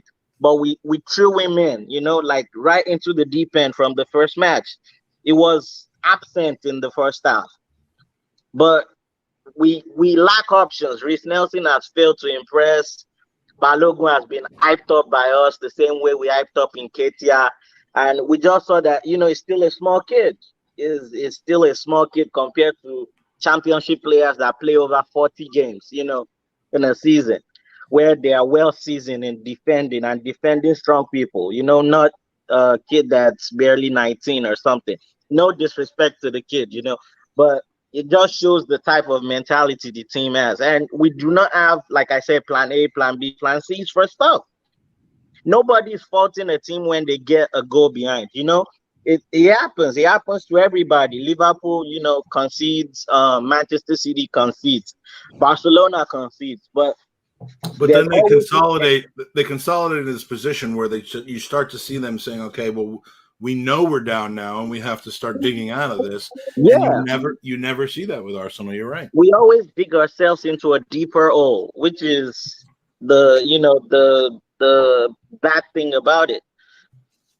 We're always looking for excuses, like Brad Leno was raising his hand for the second goal, saying no, it was blocked, stuff like that. I mean, it's sad, and this is the first game of the season, and everybody is already abject with disappointment. Yeah, what does that say? We could have lost this game in a way that would have given me some level of feeling as though maybe we could get a result out of our next 2 games. But, yes, but that is not the way we lost this game. So I mean, but if you know Arsenal pretty well, we could go ahead and win our next game. That's the funniest thing about this club. Yeah, I mean that kills you. And that's what I'm saying. Maybe he's brilliant by getting this one out of the way, and then we go and we end up with pulling the double over Chelsea and Manchester. These are the ones we're meant to win, right? If we want to come 6th, these are the ones we're meant to win. Before we move on to Old Man Fergus, who likes to call other people old man, anything else, Jared or Mike, that you want to ask or hear from Michael? No, I really wish I could disagree with Michael, but it really is the truth. Like, even when we go like a game down, you're expecting some type of urgency, some type of plan, but like we're prone to conceding the same goal twice in one game, stuff like that. It's just extremely disappointing. So no, there's like Michael said over and over, there's no plan B or C. We go in with one strategy. Look, even to a point where, I remember a quote that kind of haunts me was last year against Villarreal, where they asked him like, "Hey, why didn't you put Saka in at left back?"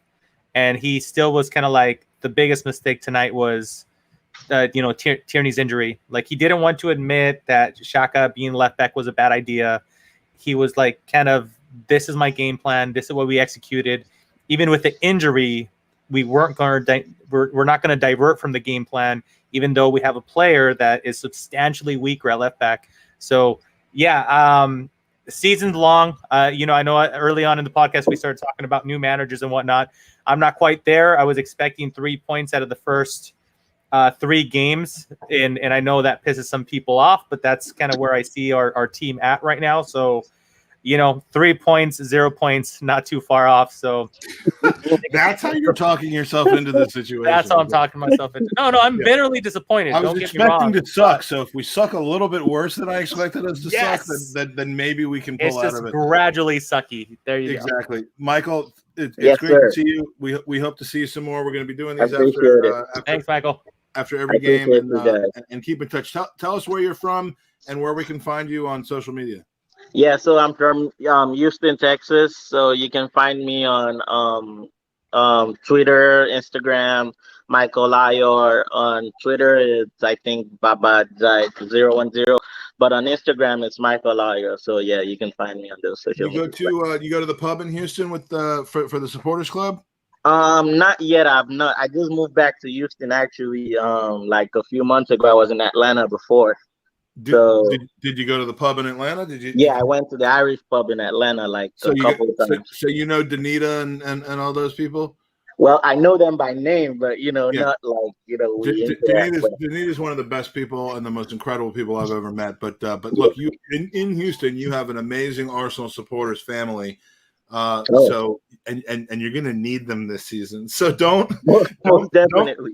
This is me as therapist. This is Dr. Feinberg telling you, do not go through this season on your own. Go to the pub in Houston, assuming it's all safe and reasonable to do so. Meet all the great people in Houston. Yeah. Do you have box wine? The man has Yeah. There it is. That's what it takes to be an Arsenal fan. There you go. Wine's Kirkland, though. Franzi is highly known as being the worst box wine you can buy. Oh, really? Pretty damn good. And look, it is not, as most people think, Merlot. It is Cabernet. Right.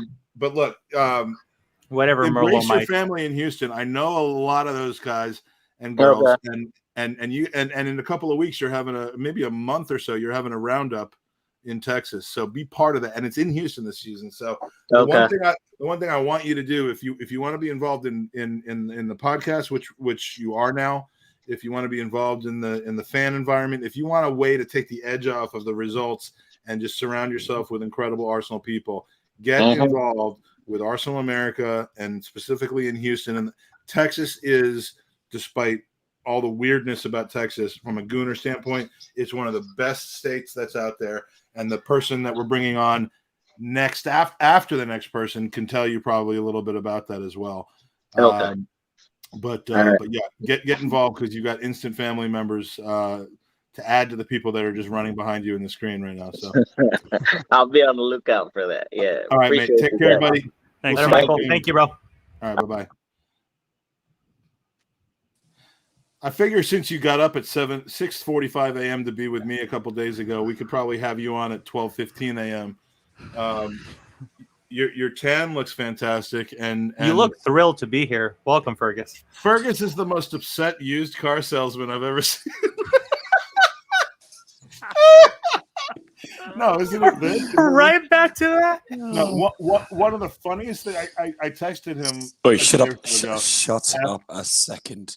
You talk way too much for a guy running a podcast for 24 hours. You should have a voice like mine right now. You should have a voice like mine right now. Well, I love that your voice is like this, because at least you did what you could do to influence the result at Brentford today. But is this a family show, Mike, or not? This is our show is almost never a family show, Okay. and literally Absolutely I have not. members of my family on it, and it's still not a family. It's a fucking shit show. That prick Shaka, how he's allowed to wear a fucking shirt ever again.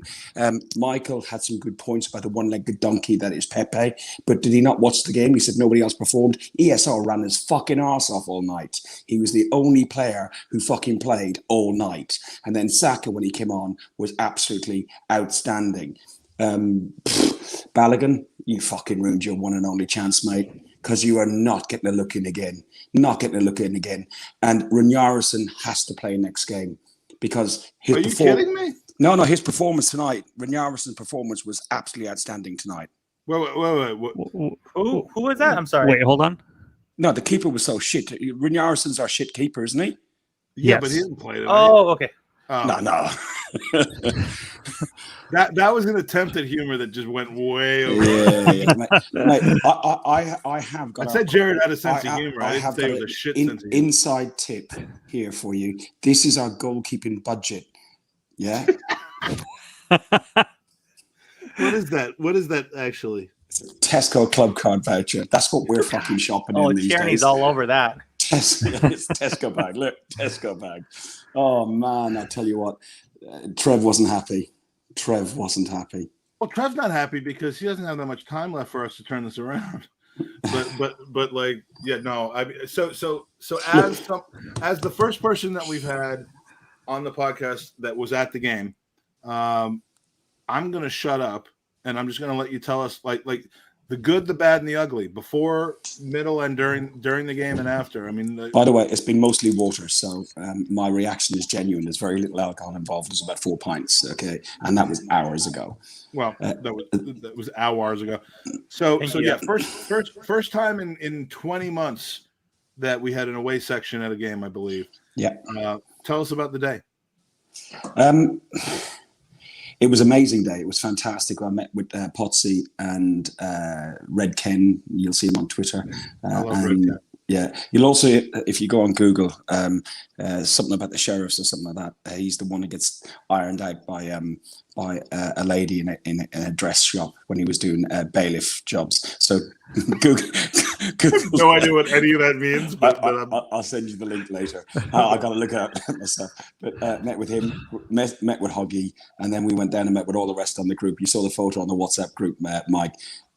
It was great. It was quite emotional to meet everybody.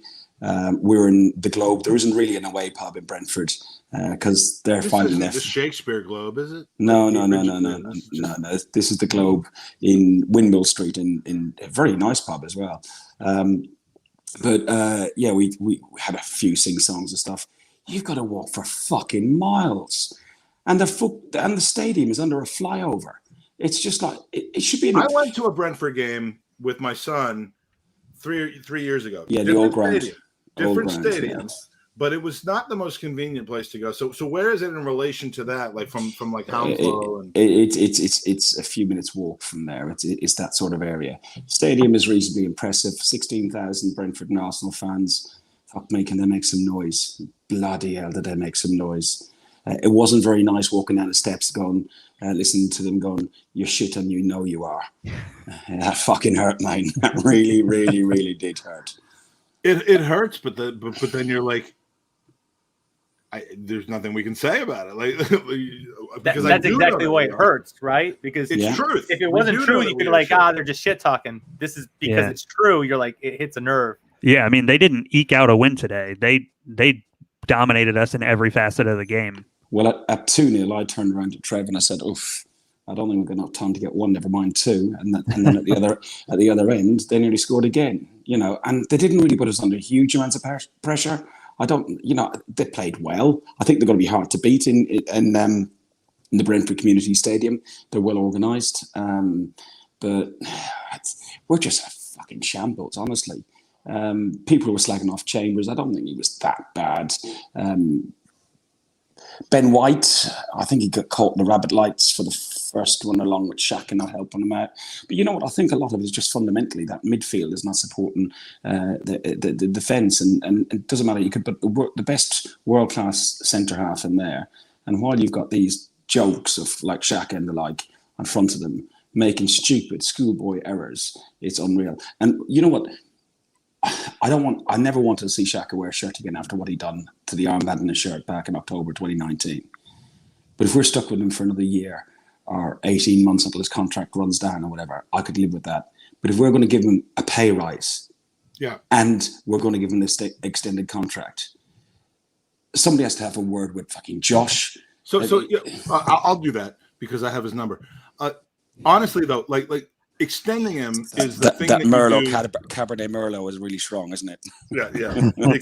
Extending him is what you do to protect your ability to sell him for a fee rather than lose him for nothing. I'd rather lose extending him. him with a pay rise. The only reason he's still here is because we couldn't get rid of him. So why are we increasing his wage packet? He's on 95 or 120 grand a week. I don't know which it is because he got pay rise recently as well. If we said we'll give you another year or two on your contract, and as half your wages, but even if we said let's just keep them level and we'll extend it for a year or two. If Xhaka says no to that, then sell him for the 12 million. Why? He really likes Rome. He said how much he loved Rome when he was at the Euros. Fuck off to Rome. Okay, so but just for the record, Lazio for like 19 million. Yeah, that would be brilliant. For the record, if the Lynx came on, they offered 12 or 13, and we sold them at 12 and 13. Be honest now. Would you be sitting there saying, "For fuck's sake, we don't know how to sell"? No. Or were you, Fergus? Are you at that point with Shaq? I know Mikey is. Mike, there's like no point of no return with them anymore. Right, but I also didn't agree with selling him for 12. I didn't even move my lips. Sorry. No, I was beyond that a long time ago. For what he did, he should never have been allowed to play for the team again. The fact that he was given the captain's armband tonight is even further insult to injury on top of that. I'd just sever his contract, get rid. I don't care. It's not about the money. The guy's not good enough. Get somebody who can play fucking football. I'm sorry, guys. I've never sworn this much on a podcast in my life. It's Mikey. He brings it out of everybody. Yeah, Mikey he's a really bad person and just angers everybody. Don't worry, it's not Arsenal. Our mission statement is to get people to cancel themselves, and you're doing a great job. By the way, John, I have washed the shirt. I have slept, and after today, I don't know that I'll be wearing this again because this was going to be my Arsenal don't lose until I wash my shirt, and now I have to deal with it. Yeah. Side note. So Fergus, again, we could, because we want to get the match going days, the match going fans' opinion. Saka comes on. Sorry, what? Saka comes on to an ovation from the Brentford fans. And Saka. I thought you said soccer. I don't use that word. And then I'm hearing that some pockets of people were booing him every time he touched the ball. Nope. Didn't hear anything. Okay, good.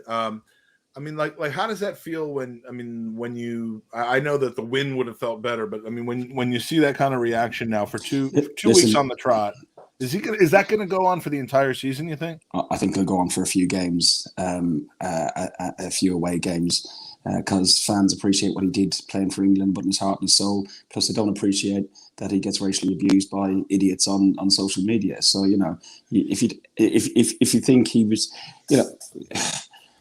he's a young lad. He stood up. He took the last penalty. He missed. Move on. It's really unfortunate. That's a game of football. That's what penalties is, jeopardy.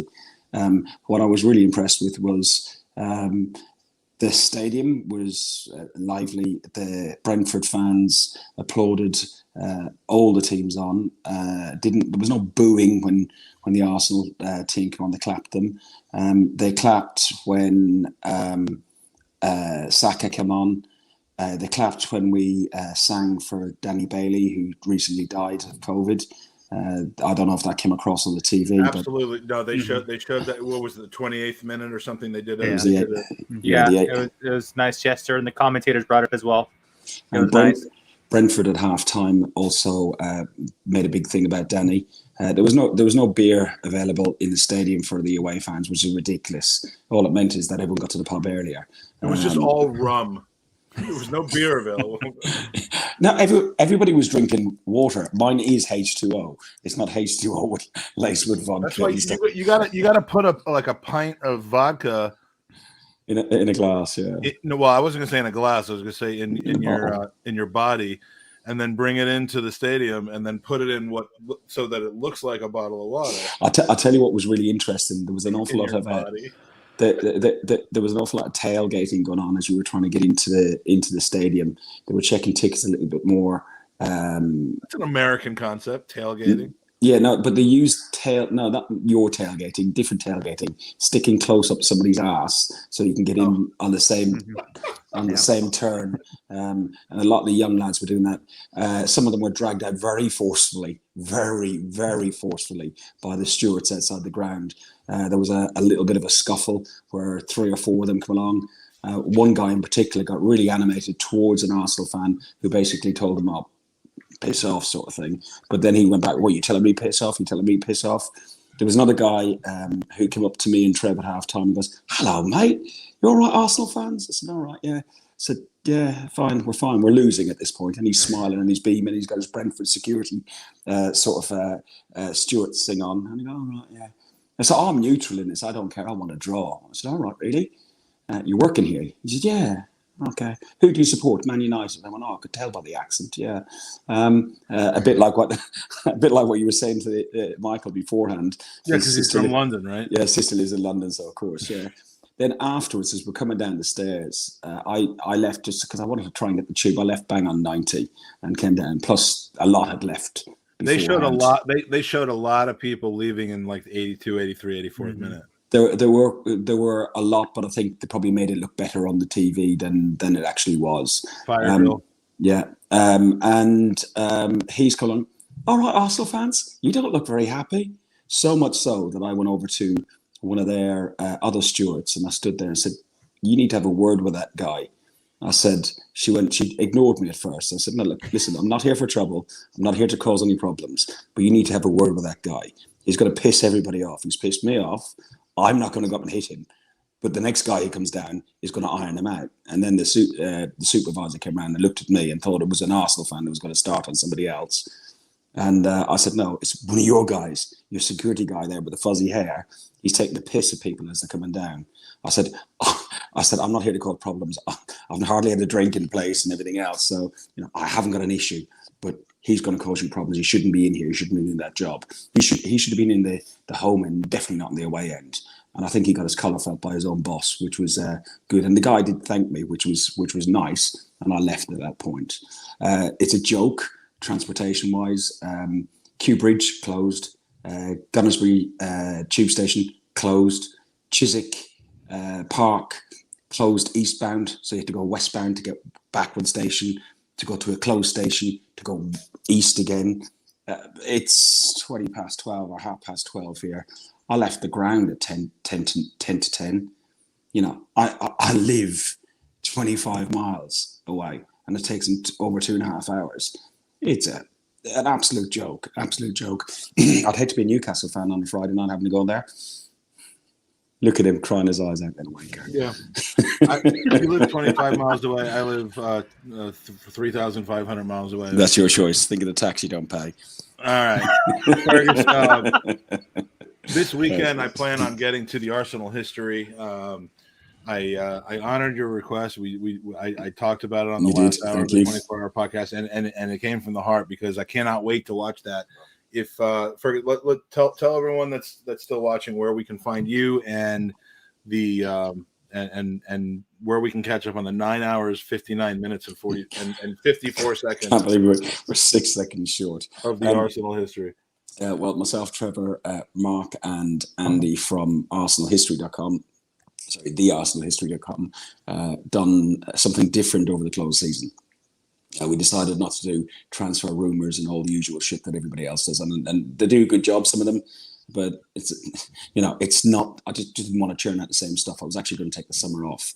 But we decided to do the Arsenal history, and we've worked all the way through 8 different episodes in different eras, 1896 to 1924, which was Plumstead, Woolwich to Highbury.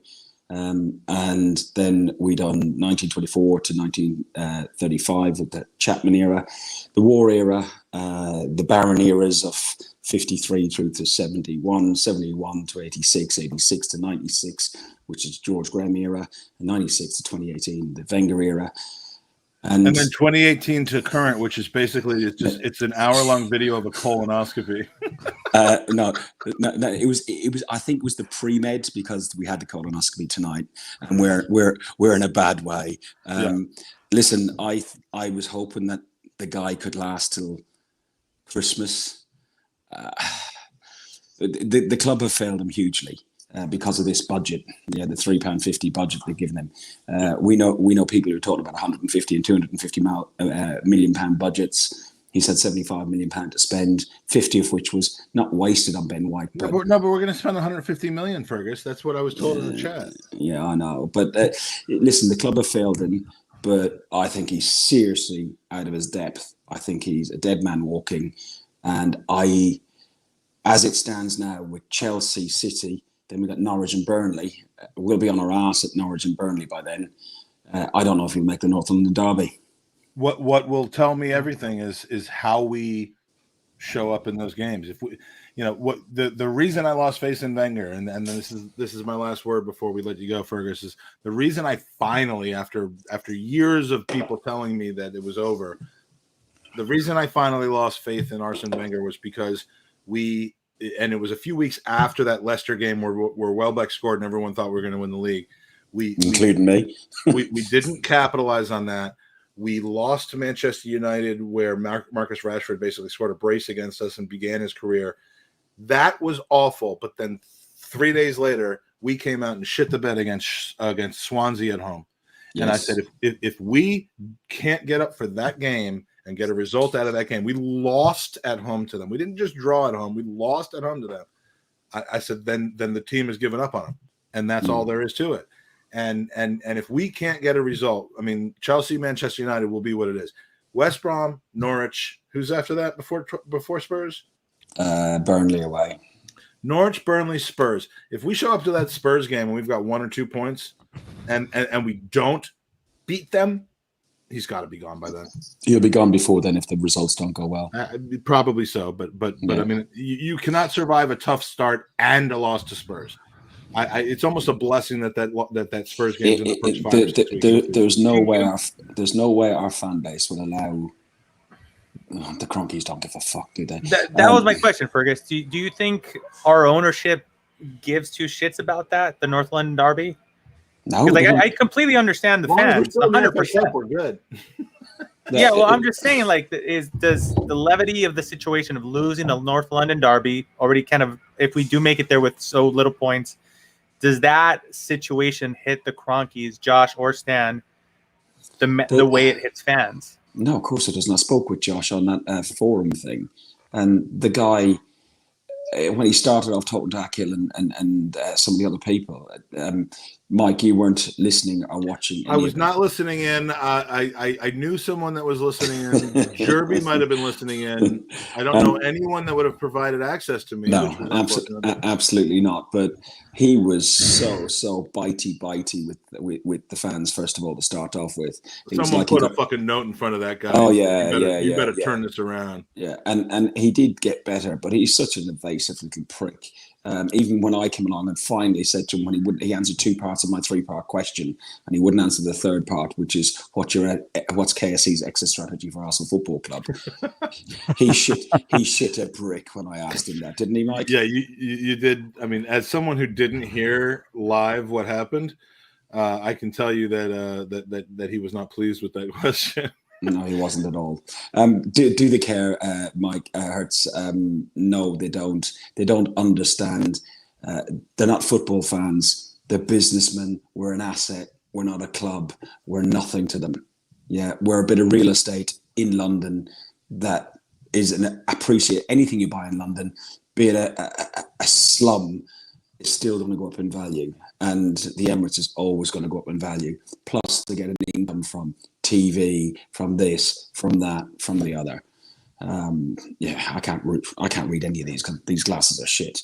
Listen, Fergus, this is absolutely my favorite comment of the day. I think Mike Hers is a CIA agent hired by the Cronkies to divide and destroy the fan base.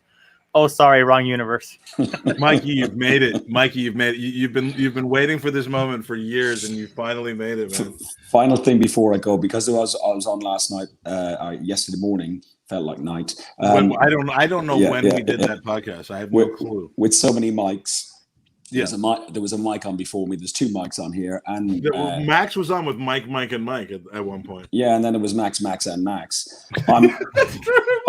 I thought I'd keep the mic numbers up, and I've got a San Miguel. Yes, thank you very much, dude. Enjoy your evening. I hope you get well your voice played, back. sir. Okay. Go to Guns and Ribbon. Go to Guns and Yellow Ribbons on YouTube. Guns and Ribbons on Twitter. Watch something that like It's different. it will take the onus off of how shit things are right now, and certain parts of it talk about how shit things were in the past. But like, just learn more about the club. This is the time to strengthen your bond with the Arsenal. And there are more ways to strengthen or weaken your bond to the Arsenal than just what's happening on the pitch at the moment. And Fergus, that was really one of the highlights of honestly the highlights of the 24 hours was talking to you about that. So thank you very much, appreciate it. I got to finish my beer and go to bed. Have a good one. Up the arse. Fuck the Spurs. All right, Thanks, Fergus. All right, so Mikey, I know how late it is where you are. It's 4:40 p.m. That's so fast. No, I'll be honest with you, Mike. It's my wife did a fantastic job taking care of the children while I attempted to do the late night podcast with you guys. And then I passed out yesterday for literally when I got back home from work for 8 straight hours. I woke up, had dinner, and went back to sleep. So I don't want to spend another whole block because I'm not trying to get divorced before my 49th baby. Look. I mean, like I would say to push it, except she's due in like 3 weeks, right? Yes, and you live too far away, so I can't sleep on your couch. No. I mean, my couch is always open to you, but yeah, that would be a long walk of shame to come over to my house right as your newest Gooners podcast child is getting ready to be born. So yeah, you got to be a good father, a good husband, and so we're going to bring in 2 people who are awful fathers and husbands. No, I'm just kidding. All right. Hey, guys, Mike, thank you so much. See you, Mike. Take care. Love you, man. All right. Our final 2 open micers of the night. Thank you so much for waiting so long. We've got Dean, who spent a couple hours with us the other night. We've lost John. John was in the waiting room, and I guess he got sick of waiting. Unless he's at your house, Scott, after you met today. No, he is not. Did he storm out of the pub angry and throwing stuff, or did he get kicked out of the pub today? No, he was. And we're talking about Miami, John. 305 cast. No, it's really funny. Like, I met him as I was walking into the pub today, and one of our other pals introduced me to him, and then you tweeted at me, "Hey, have you met John?" I'm like, "Yeah, 15 minutes ago." No, he was just sitting outside at one of the cafe tables, drinking away his sorrows, and was fairly mellow. Yeah, he tends to be like that. So I'm going to give you a quick topic to talk about, and then I'm going to do something I should have done more often earlier in the podcast, which is, people take the piss out of Arsenal. I'm going to actually have to take the piss. Arteta had a press conference after the game, and when I get back, I'll play more of his quotes, and then we can talk about them. But this is the one that I like the most, and this is compliments of Chris Wheatley from Football.London and Kaya. I think her name is Kaya Kagnak as well. They were at the press conference. The one that I like the most, and I'd like to, I'll just put this in front of you, and then I'll be right back. Is this one? So have your say, and I'll be right back. All right. So I guess that's kind of the first question is, I know a lot of people were trying to get the replay of the ball that Chambers cleared, whether it was over the line, whether it was not. When you look at that, and Dean, we can jump over to you first. Did you take exception to that, or think that was a ball that was out of play and shouldn't have been counted, or did you just say, you know what, that goal was coming and they kind of deserved it? Were you asking me first? Yeah, if you want to jump right in. Yeah, it was kind of a cluster there for a second. White didn't clear it. Chambers was trying to clear it. Like you said, I don't know if VAR looked at it or not. It looked like it could have been close to being over the line. Did they get a check or no? Do you know? I'm not sure. The only replay I saw him put on the screen was kind of down the goal line, and the goal was in the way. You couldn't really see the ball. So if that's the only view that they had too, I don't see where you could possibly come in and make a call on it. But it was definitely close. Yeah, it could have gone either way. I mean, was it soft? I mean, maybe it was a series of errors. Like I said, from the clearance originally, then Chambers trying to clear it, then trying to recover to block the shot, not really closing out fast enough. So I don't know if you want to call it soft. I mean, same thing. Then even Leno getting beat near post. So it was in fairness, it was a good strike. It was. We had a lot of errors leading up, but he struck it well. He did. But, again, are we probably, I was thinking at halftime, we're better off if Chambers probably lets that one goes out and doesn't try to just swing wildly at it and concede the corner. So, it was a series of misfortunate events, which led to their first goal, in my opinion.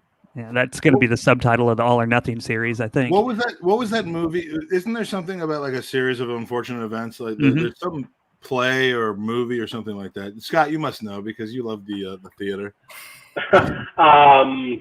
It's not coming to mind. No, it's a comedy series. Lemony Snicket's. That's what it is. Oh, I am not familiar. Of unfortunate events. So this should be called Amazon Snicket's Arsenal, a series of unfortunate events. That's I'm getting that website and I'm trademarking it, and you can all fuck yourselves because it's mine. So what did I miss? What did I miss? I know we were on that earlier, Mike. Yeah. We're gonna wrap that up because no one needs to hear about Hamilton. So do we want to go to more quotes from Arteta and we'll kind of pass it around the block? So sure. So Dean's got the soft goal thing. Scott, Arteta on the performance. We're very disappointed to start the way we did the season. We didn't get the result we wanted or the performance we wanted. That's like a lot of nothing right there, isn't it? You think? Well, it's pretty passive for the guy that's supposed to be like molding the performance that we wanted. I think back to last season, and there were so many times where our attack looked either constipated or devoid of ideas. And I kind of had this thought that Arteta was going to go into the off-season, he was going to be watching video, he was, like managers do, go back into the last season and see what we can do better. And what I saw a lot of today is, hey, let's get the ball to the flanks and bang in crosses and hope we can eventually get a goal, which was the idea last year. Was Arteta just off the frame in that picture that Edu took him when he was on vacation, or somebody was holding the camera? Out of the frame of the Lucas Torreira picture from Disney World or whatever the fuck he was, like that he posted during the game today. Like was that where he was all summer, or was he in the room doing what you said he should be doing? Yeah, I don't know. Arsene Wenger. In the room where it happened? No, not the room where it happened. Arsene Wenger used to say that, like, I can structure the ball down the pitch. And once you get into the final third, it's on the talent of the individual players to make something happen. The problem is, if you're structuring the ball in the approximate direction of the corner flag every time, you're not leaving a lot of room for the talent of the individual players to take hold. And I was just so disappointed today. Like, I thought we would see more ideas from the club. And the other thing that bothered me today, and Clive Palmer alluded to this after the first half, on Twitter, talking about a presence, that you can't really define it, but you know it when you see it. Mm-hmm. And it was very clear early in the match that Brentford were playing decisively. They had an idea, and we were on our heels and hoping something would work.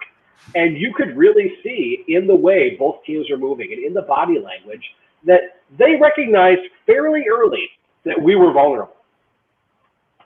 And I'm sorry, but there's not one player on Brentford who would displace his counterpart in our lineup today. That should not be the case. Yeah, with the exception of maybe the striker, since ours were out, I'm in agreement. I mean, it's one of those things you always say, on paper, which team is better, but the game's not played on paper, and they dominated. And it's sad to see to the point where the game should be played on paper. I want the games played on paper from this point forward. I think. I mean, it couldn't hurt our chances. I mean, I have all this paper and no ability to handle what's actually happening off of paper. Yeah, I wouldn't even say that they dominated. I mean, we still had most of the ball, and a lot of the game was played in their end.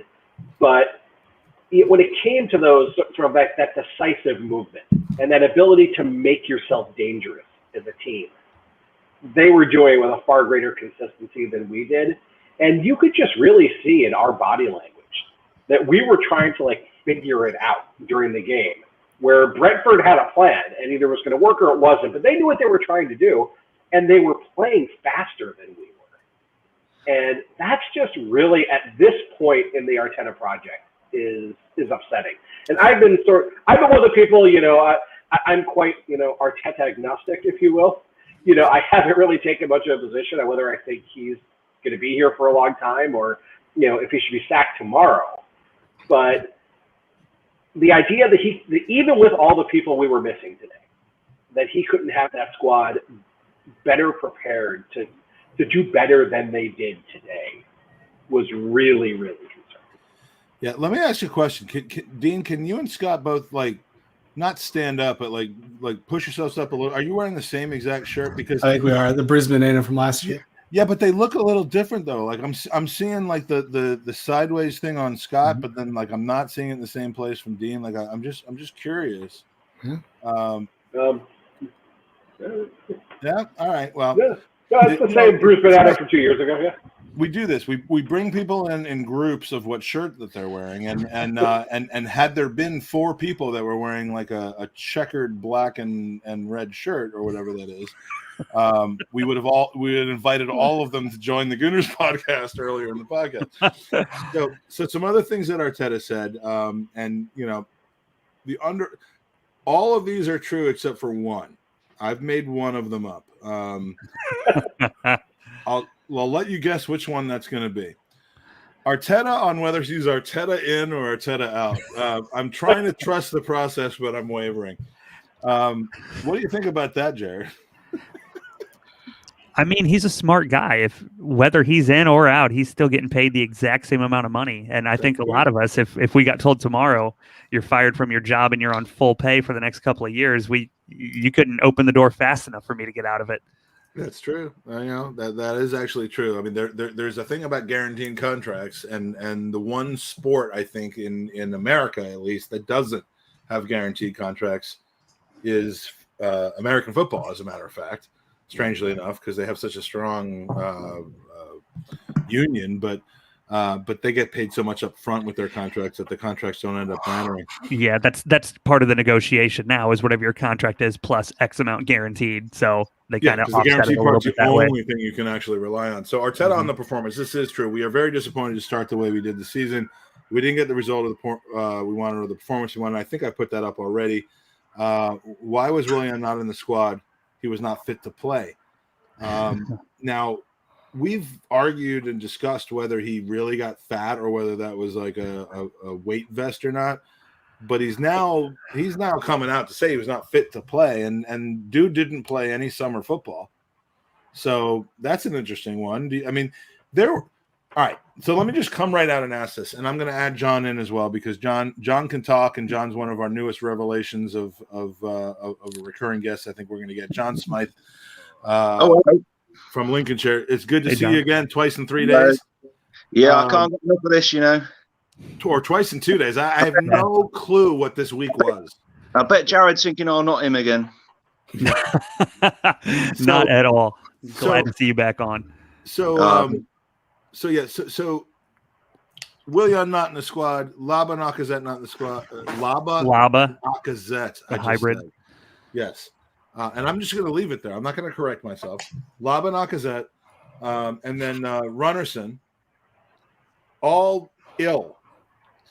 Not COVID precautions, not isolation, not any of that, just ill. We know that Arsenal lies their ass off when it comes to reasons people miss his games. They've done it with Mesut Ozil. They did it with Aubameyang look, Aubameyang did have malaria last year, but I don't think he had malaria the moment he was late for the North London derby. I think he was actually held out for a couple games after that, or whatever the time frame was that he wasn't in the lineup because of disciplinary reasons. Arsenal would not just say we're freezing this guy out for reasons that are footballing or disciplinary as opposed to illness. They will always give the person the excuse to save face. John, do you think are Aubameyang, Runnerson, and Lacazette all sick? Well, it's a bit of a coincidence, isn't it? I don't know if there's Unless some. they were all making out the night before the game, and they all. Well, yeah, they've obviously been kissing each other and been spreading something about, and they herpes or something. But I don't know what's going on there. I don't know if there's a rift developing, a bit like the Unai Emery situation a few years ago when they kind of all revolted against the manager. I don't know if it's like a, what do they call it, a coup or something? Is it a coup? I don't know if that's right. Coup d'etat. That's the one. I knew it was something really posh. It's a coup de grace when it works out in your favor. It's a coup d'etat when it does not. Yeah, it was a bit odd. I mean, to be fair, I was quite excited when I saw the lineup and saw Balogun and Martinelli up front. I thought this could actually play out quite well. But they were a little bit anonymous, weren't they, tonight? I mean, Martinelli could have had that header. I mean, he popped one like that, didn't he, against Notts Forest in the Carabao Cup a few years ago, and he was way off target. It was just a shower of shit. I'm so excited to see those guys, and now I'm really afraid for the fact that we may not see them again for another 6 months. That's true. Yeah, they literally, Willian could suddenly get fit next week, and we'll see him against Chelsea over. I mean, if Aubameyang and Lacazette are not fit or healthy enough to make our team next season or next week, then fine. Willian's lost interest, hasn't he? I think I was watching an interview on Twitter earlier where someone was interviewing Arteta, and basically Willian, whatever ideas Willian had when he came to Arsenal, he hasn't realised them, and I think he's just thought, fuck it. I'm allowed to say that. I probably am. It's 1 o'clock in England. Absolutely. I mean, now that you don't have an 11-year-old sitting next to you, you can say that all you want. Yeah, I can. Yeah, and to be fair, you did use the C-bomb yesterday, so I'm all right with that. To be fair, I did. Someone else said that in front of him. No, you did. You called Dana. You said I think he's a thief. In jest, of course. You don't obviously really mean. Well, you that.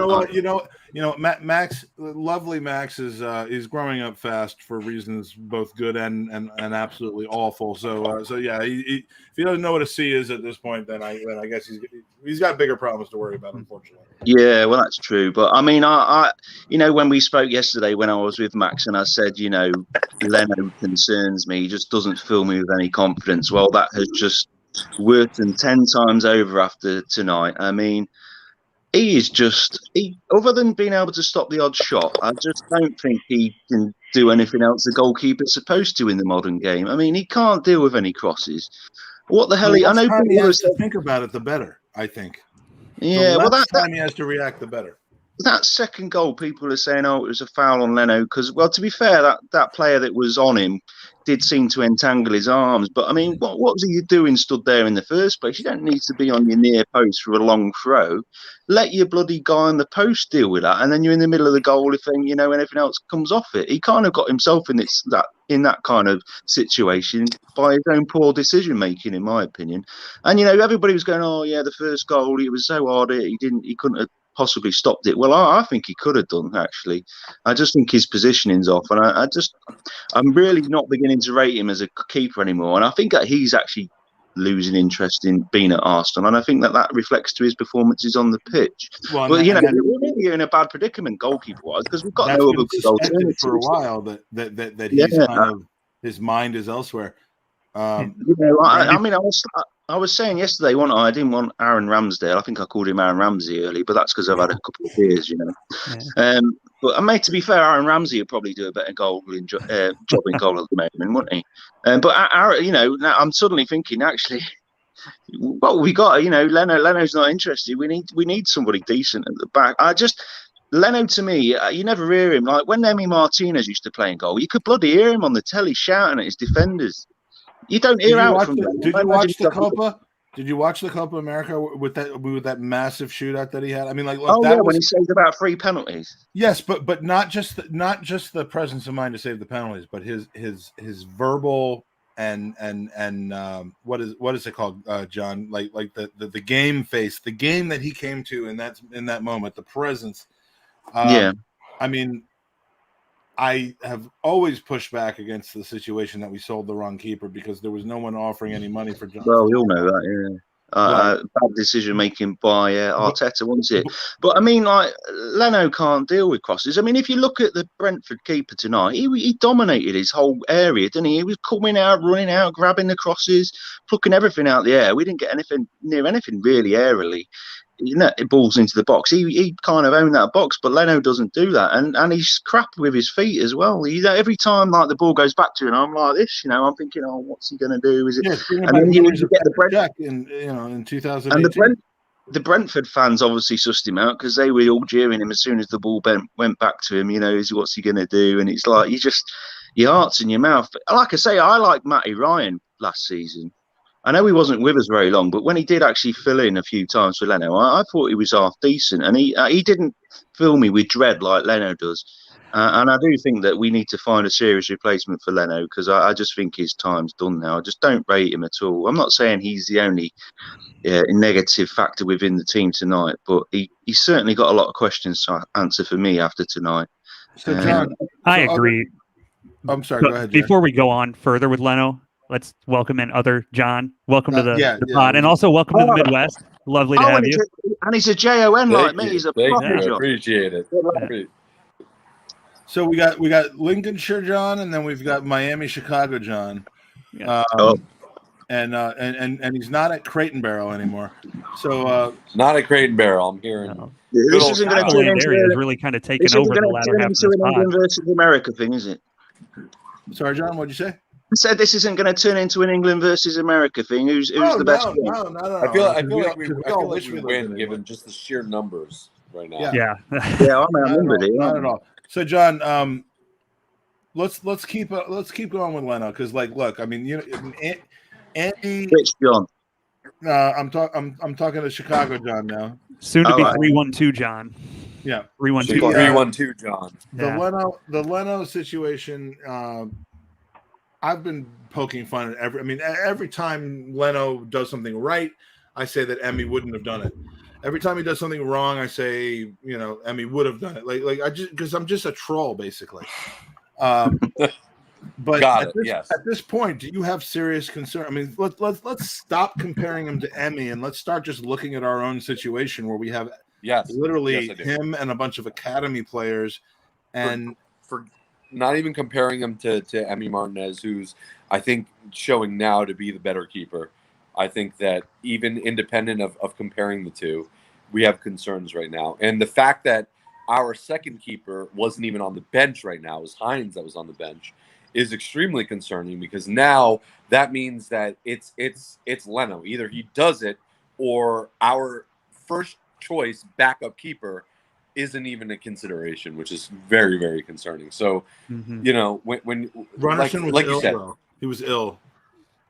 No, he was ill. Aubameyang was ill. Lacazette was ill. Everyone was ill, and that's like my tinfoil hat. Like, how ill were they actually? Like, well, we had Runnerson, Lacazette, and Willian all rumored to be leaving. That's kind of open that they're on the market. You add Aubameyang to that. Do we think we're trying to move both Lacazette and Aubameyang this window? Does anybody think that's a possibility? All right. Different goalposts, but I will agree. Moving just really quick to answer. I'm very concerned about Leno. I don't think that I don't know what it is. I don't know if it's a mentality. He's out the door, or if he's just not interested anymore. He doesn't believe in what we're doing, or he's just lost it. And that I don't know. So, but when you look at kind of like these kind of more quote experienced players, and what seems to be at least like like a reflection of an exodus, it's concerning what's going on behind the scenes. And you're thinking right now, like, let me put my tinfoil hat on for a second. Why is Aubameyang and Lacazette ill? Both of them at the same time. Either they're actually ill or they're like trying to distance themselves for what they know was going to happen today. And I hope that's not the case, but it's hard. What else? I hope they physically distance themselves from the club pretty soon. I mean, what else can you glean from what we did today? I have another theory on this, and I wonder if they've done it quite deliberately to send the team out to the slaughter, if you know what I mean, to make a point that actually they won't get anywhere without them being kind of like the main kind of players or senior players within the team. I don't know if they've done it like Arteta doing this to wake up Josh Kroenke. I don't know. Well, no, like I see what you're saying, John. So you're saying like basically they're like, we know you guys are going to lose without us, and let's go show you. Yeah, they're like we're your best players, and this is what will happen if if we're not on the pitch, kind of thing.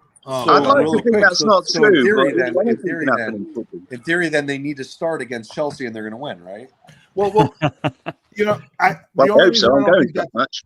If it's the players basically saying, "Oh, I'm not feeling so well. I'm not going to play this first game because I want you to suck without us," they only have to look back at Boxing Day last year against Chelsea to understand that could really blow up in your goddamn face really badly.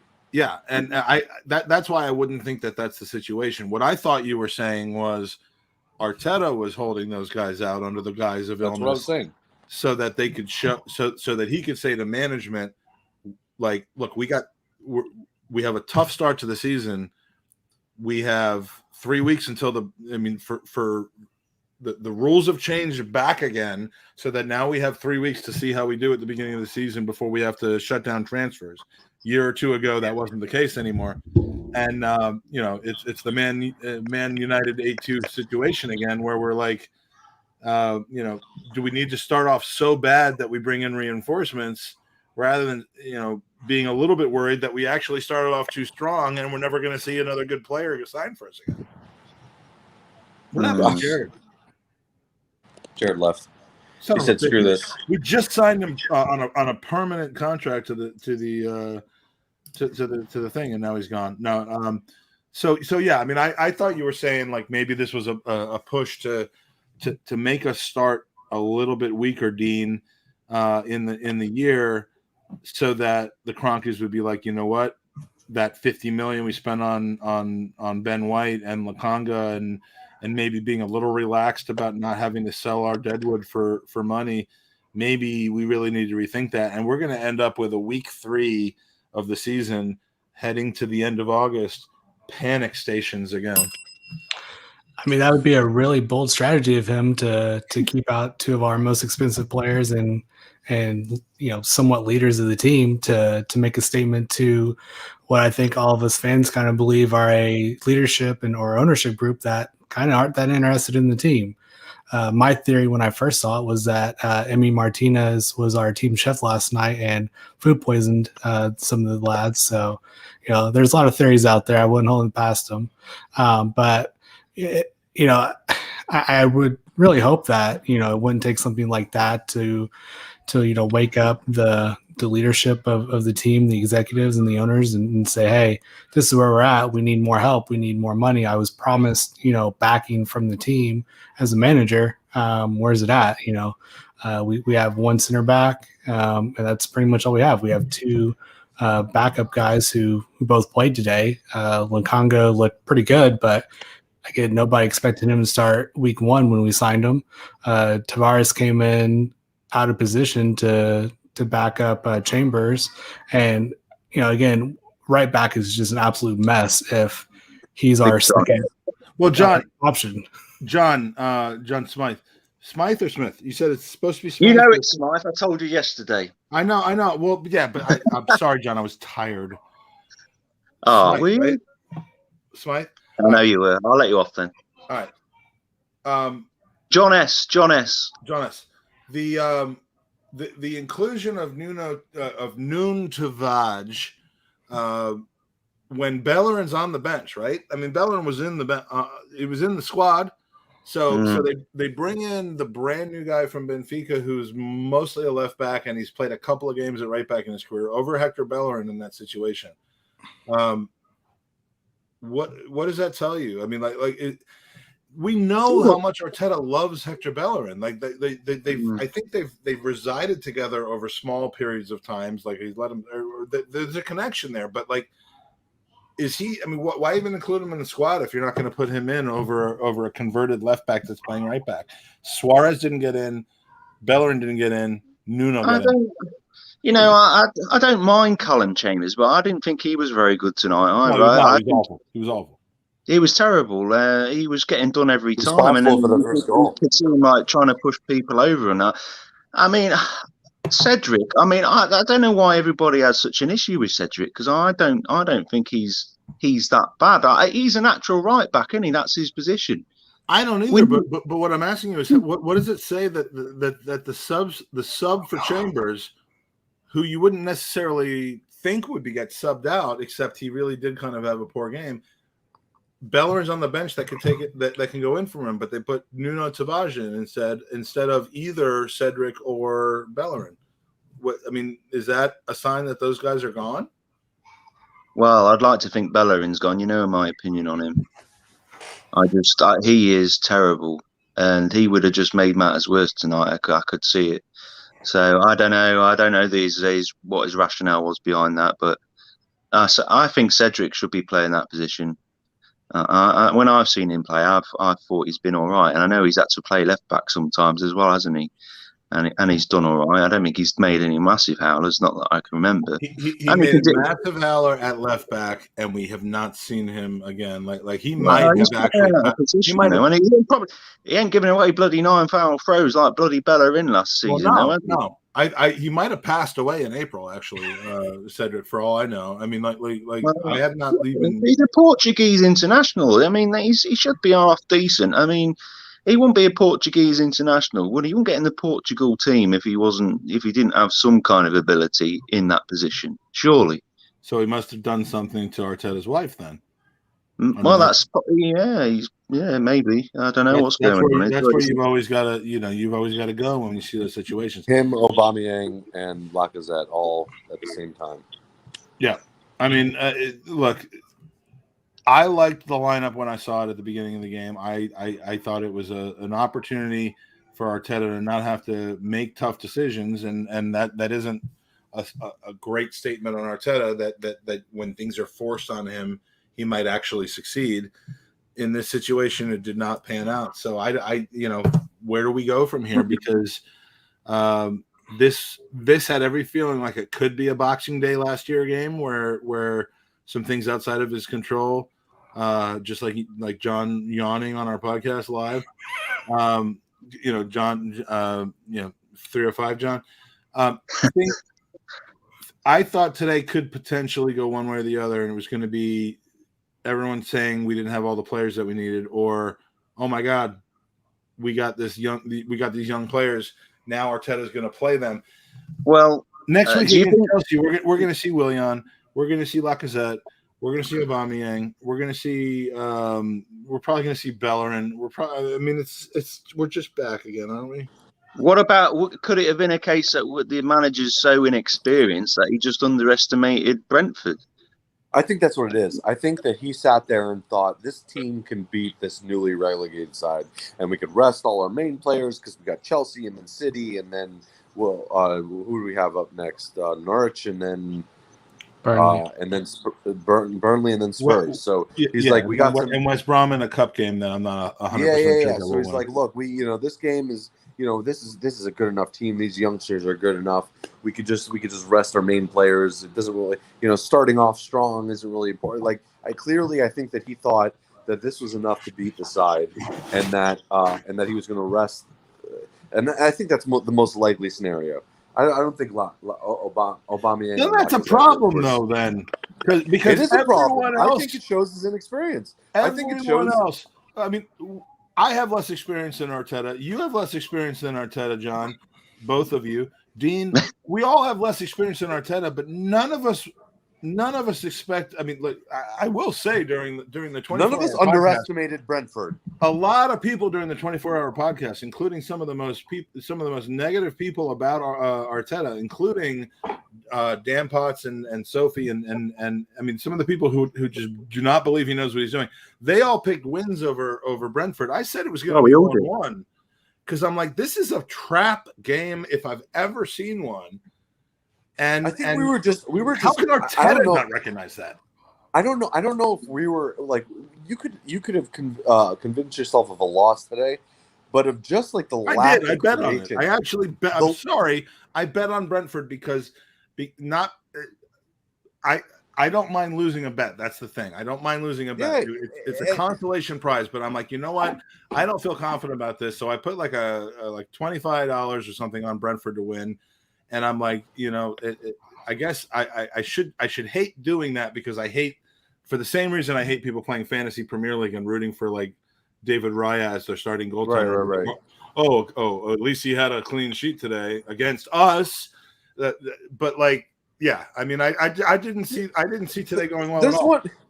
there's one thing to say like, hey, look, there's a chance that Brentford could win today, and there's another one where you're like the manner in which you lose, right?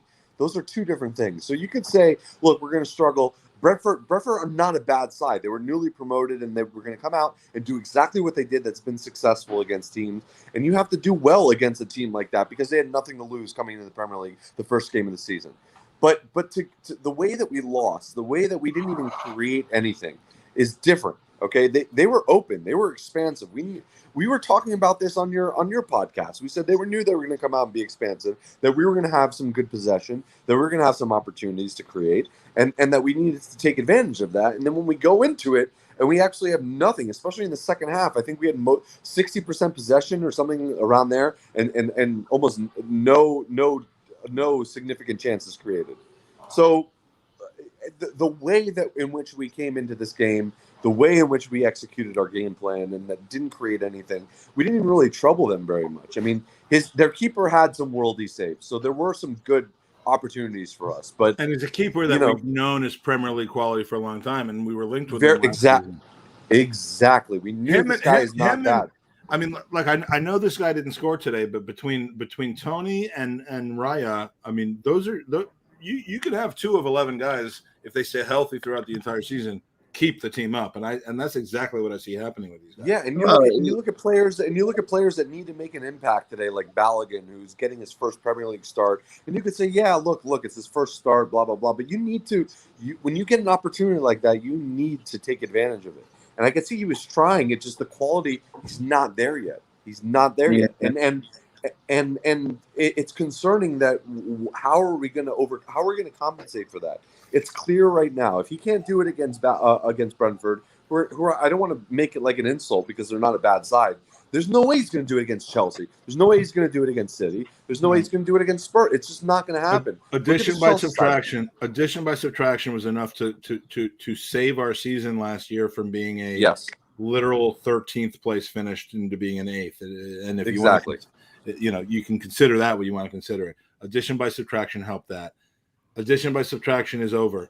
We do have deadwood, but the deadwood being cleared out is not going to suddenly make the remaining players play better. I did honestly believe that it would last January, and it did, because I'm about to use a word that I really don't want to use. We had some problems in the dressing room. Yeah. But you say that though, but if you've got those negative individuals within the pack, you don't know what they're saying to the other lot, do you? The influence. Who do you think of those guys right now, then? You what? Who do you think those guys are at this moment that are still potentially poisoning the well? Well, I think it's Bellerin don't want to be there, and we don't want him there, and that's for sure in my mind. And I mean, I was trying to stand up for Jackie yesterday, but on reflection, after watching our little chat back yesterday, I think that you're probably right about him. I don't know. I just get the feeling like he's the instigator of a lot of these problems, Jackie. And I just think he's a little bit big for his boots, and he thinks he's bigger than the club. The ones who have the ones who have the ability to be more positively influential over their teammates are also the ones who have the ability to be more negatively influential. Well, I think Aubameyang's a bit like that now. After he got the big contract, after we won the FA Cup, and I wonder if that's why he's best mates with Lacazette, isn't he? So they're obviously having closed door conversations about, let's do this, let's do that. In my mind, and they're kind of like ruling the roost again. They're not getting what they want, or they're not playing how they want to play. So they have these little bloody tantrums, and then affect the whole kind of balance of the team. It was what did French Gooner on the chat said. That Aubameyang's like swagging 2 hours late to the North London derby. Like, who the hell? Like that kind of mentality is something that's going to cost us points. Like, that's not acceptable. That's not acceptable. It wasn't back then. And do you change in that much time? I remember all this. There was like this concern about his behavior at Dortmund, right? And we were going, no, look, he seems to be this really influential, positive player, but we're starting to see that other side of him where he's not buying into what we're doing here, and it's kind of almost like it's collapsing in on itself. And I'm wondering how detrimental he is in that locker room right now, Yeah, and I'm wondering how much of that played into his not being selected today. I know a few people who are not thrilled with Aubameyang for being late to the North London derby. I know none of them would ever like come into a podcast chat and be amazing people, but yeah, no, we have someone. It's how do you? Let's be real. I can't believe that we're going to be in a situation where we have rats in the locker room again, and they're the guys that like weren't the rats than the one we had the last rats. Yeah. How do you show up late to a North London derby? How do you do that? Like, let's just say, how do you? Oh, I'm with you, and I'm with Soph on that. That was that. I fully backed Aubameyang to come back from his dry spell last year, and I empathized with him. Well, no, I guess the word would be sympathized with him because I have not had malaria, so I can't empathize. I sympathized with him on that, and I know that he's had family issues, but you know, there have been some things that have really bothered me on a different level, and one of them is being late for the North London derby. And right now we have, you know, Soph's in the chat, appreciating the fact that we're putting a lot of money into the bin of people where we're not supposed to be talking about that anymore. But like, there is a potential that we have another growing faction within the club of people that are not happy, and I just, the chemistry of the club is important to me. It always has been, and I think that everything that we gained from getting rid of 4 or 5 people in January last year, we have the potential of that happening again. And you know what? Instead of blaming those individuals individually, at this point, if it happens again, I think the blame for that has to go on Arteta. I think the chemistry is what, you know, the big thing is the game today, right? So Brentford looked like a team. They looked gelled. I don't know how much turnover they had over the summer. I don't think it was a lot. I think it was pretty much the team they had that went up that they started today.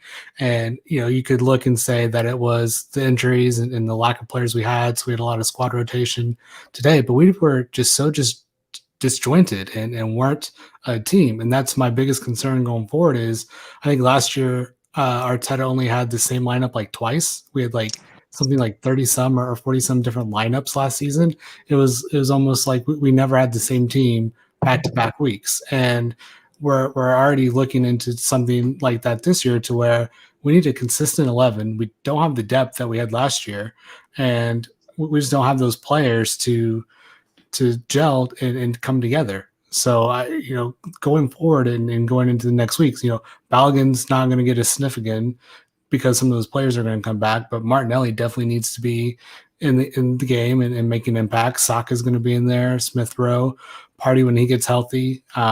You know, we need the same consistent, you know, 11 to 14, 15 guys week in and week out, barring injuries and things like that, to get some consistency. And we just don't have it. We just don't have the chemistry. Whether that goes back into the locker room thing and that factions that are splitting up, that probably goes into it. But there's definitely something going on with Arteta and trying to build consistency within the team and chemistry with the players. And I think that's why we're trying to see some of these players like Cedric and Bellerin and guys like that not getting run because we're already rotating as much as we are. So it's concerning going forward for me as well. Not only are Arsenal rotating, but John is rotating from himself to a dog.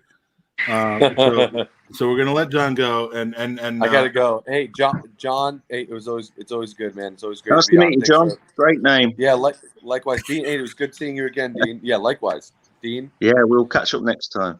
For sure. Yeah, for sure. Mike, thanks for having me on, man. Oh, always good to see you, John. Enjoy Chicago. All right, so we're gonna finish this off. I just want to get through the rest of the Arteta comments, and then we'll be done. You know, I said this would be about an hour. It's going on 2.5 hours. I tend to do that with podcasts. So I don't have anything to give away though in this podcast at this point. So hopefully you'll sadness and depression. Yeah. I'll call you and I'll try to talk you through the next few days of your life. That's all I have to give away. So let's talk about the rest of the comments from Arteta, and then we'll close this out. So Arteta, the fans, thank them for the support they have given in the team and for the traveling fans who were here.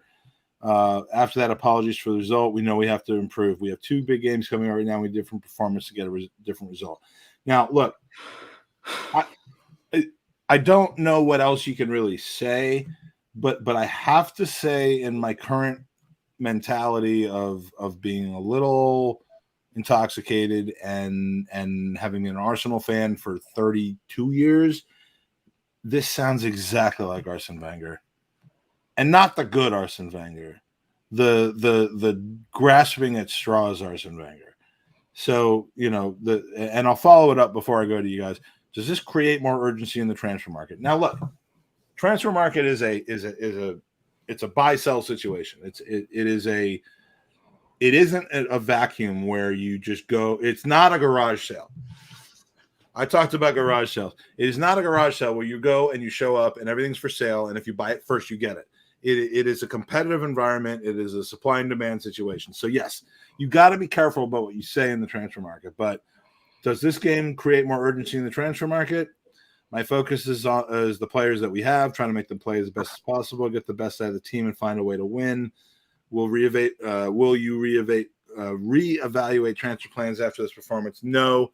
We're clear about what we wanted to do, what our strengths are, and what we need to improve. Today shows anything different from what we've seen. All right. If you say, yeah, today's result causes us to have to really think things through and go into the transfer market, then every single player you inquire with about is going to be double the price. So I don't blame him for saying what he's saying, but just the general concept, Dean, of like are these press conferences telling us anything anymore? Are you feeling like this kind of dead inside feeling from Arteta with the way he answers his questions? Yeah, I think it's just coach speak and being an American sports fan and seeing the kind of interviews that guys have to give. It's just a very generic company line answers. And honestly, the only thing I like about the answer was him saying that it doesn't change what we've been doing because, being almost a month and a half into the transfer window and having, a couple weeks left, if one game changes it, then we have a problem. Just because of one result, regardless on if it's the players are going to cost more than that means you have no clue what you're doing. And you just wanted to see the team go out there and get a result and say, oh, okay, well, that's what we need to do.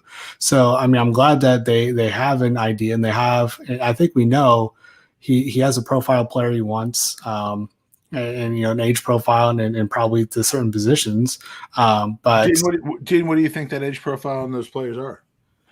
I think it's younger. So I think it's 21 to 24. I think personally that we are a rebuilding project right now. We're looking for these younger players to build something on. That's why we've gotten White, Lakanga, Tavares, players like that. We are linked with Odegaard, who's 22, 23. We're starting a lot of kids, minus the couple of starters, Alba, Laka, who a lot of people want rotated out.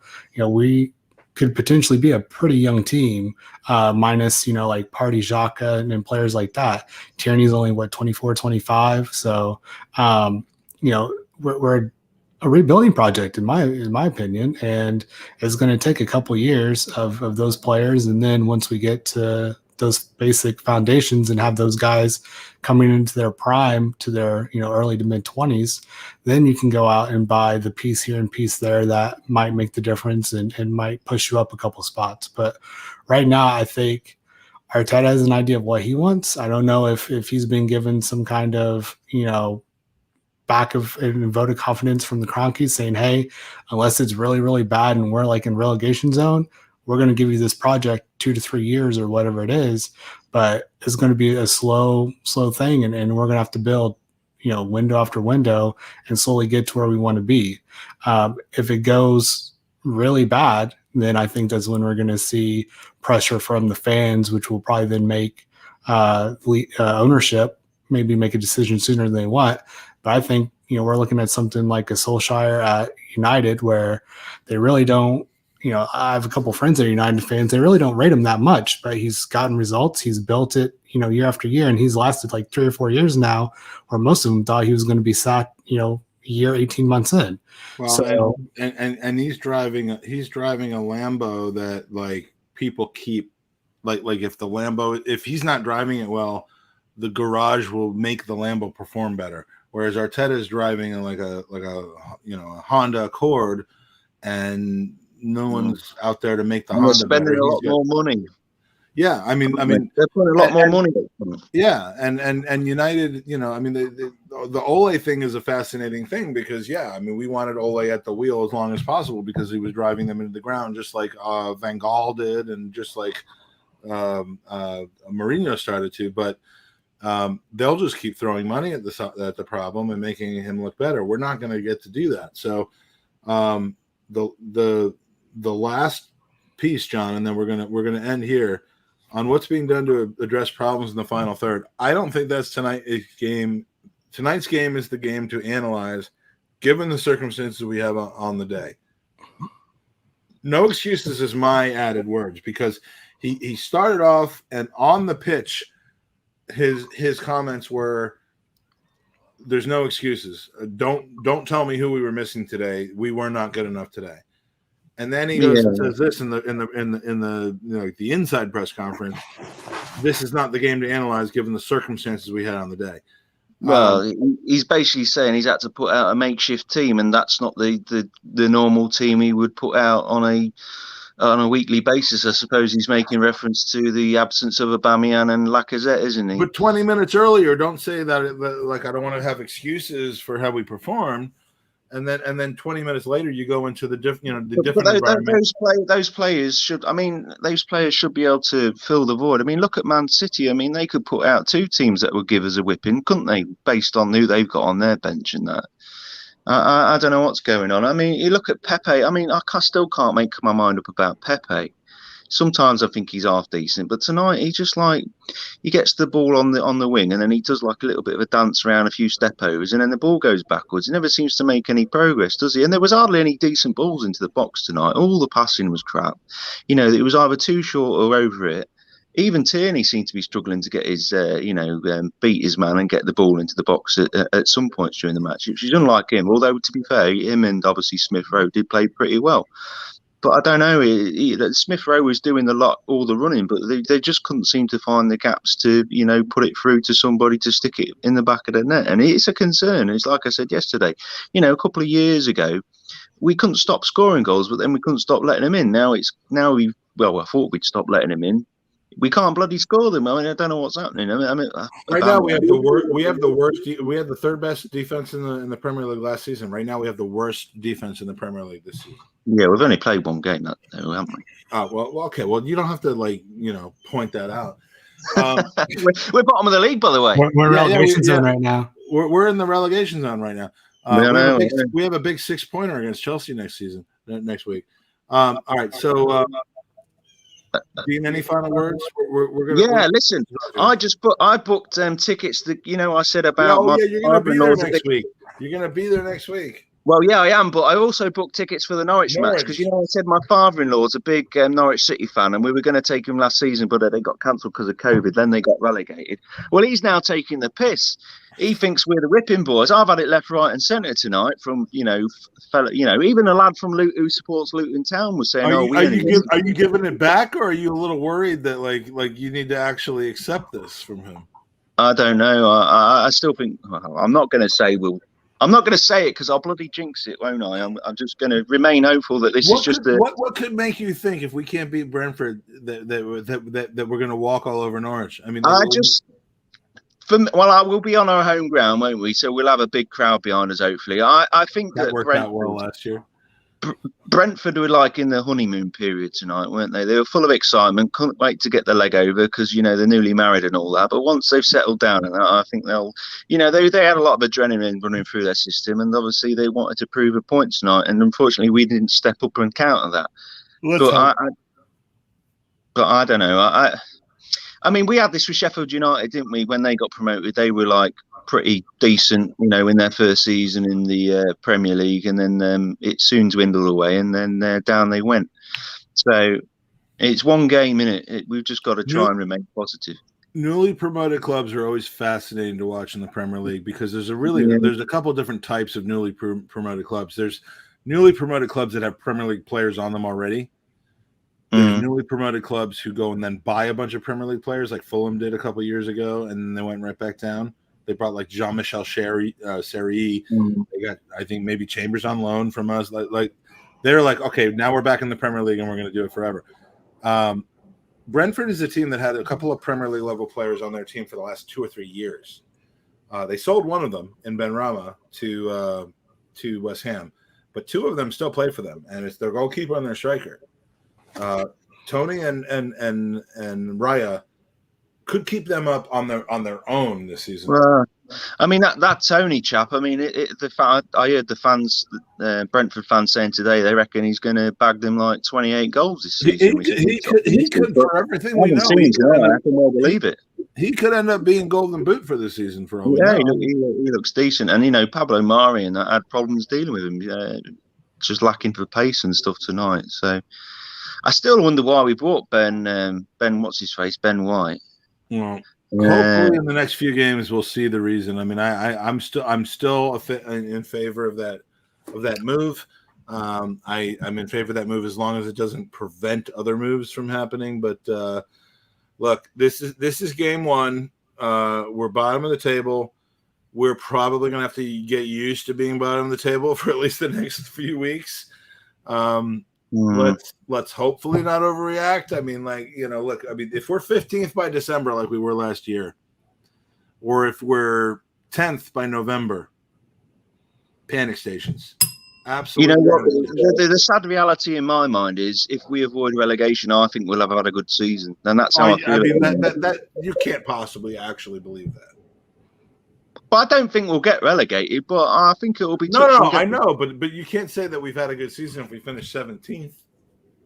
Well, I think if we finish kind of like mid-table, we could possibly say we've had a decent season with what we've got at the moment. It's a shambles. It's a complete and utter shambles. Well, look, no possible outcome is out of the question right now. So Dean, John, everyone that John from Chicago, Miami, and Jared, the newest member of the Gooners podcast, we got married tonight.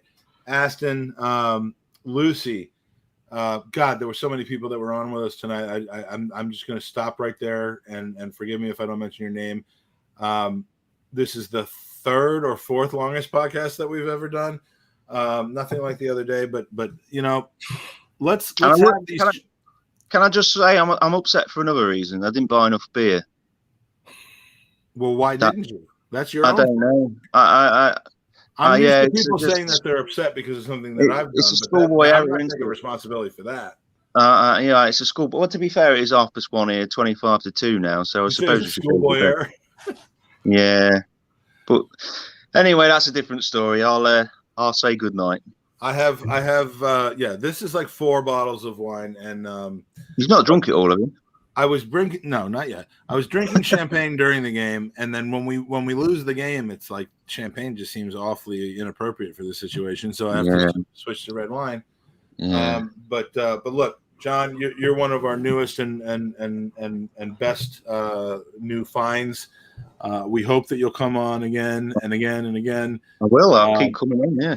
We do these open mic things after just about every home game, and then we have our pod during the week. So stay tuned. Please enjoy our future content.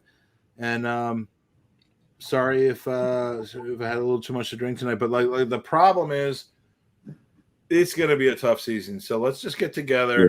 Yeah. Let's share our thoughts. Let's do it in a non-threatening way. This is not. And as much as I like people who are on AFTV, this is not AFTV. This is just tell us how you feel TV. And so look, we are nothing if not for the support of our own fan base. And you can't take that away from us. And no matter how bad this season goes, we will have chats, we will have talks, we'll have various people appear on our screen. You're always welcome at Gooners at GoonersOpenMic.com. And that's what I'm going to end with. So yeah, it looks pretty shit right now, but come on. It'll get better. Let's keep positive. Have a nice night, y'all. All right. See you later. Thanks, Dean. Thanks, John. Take care now. Cheers, Dean. Cheers, Mike.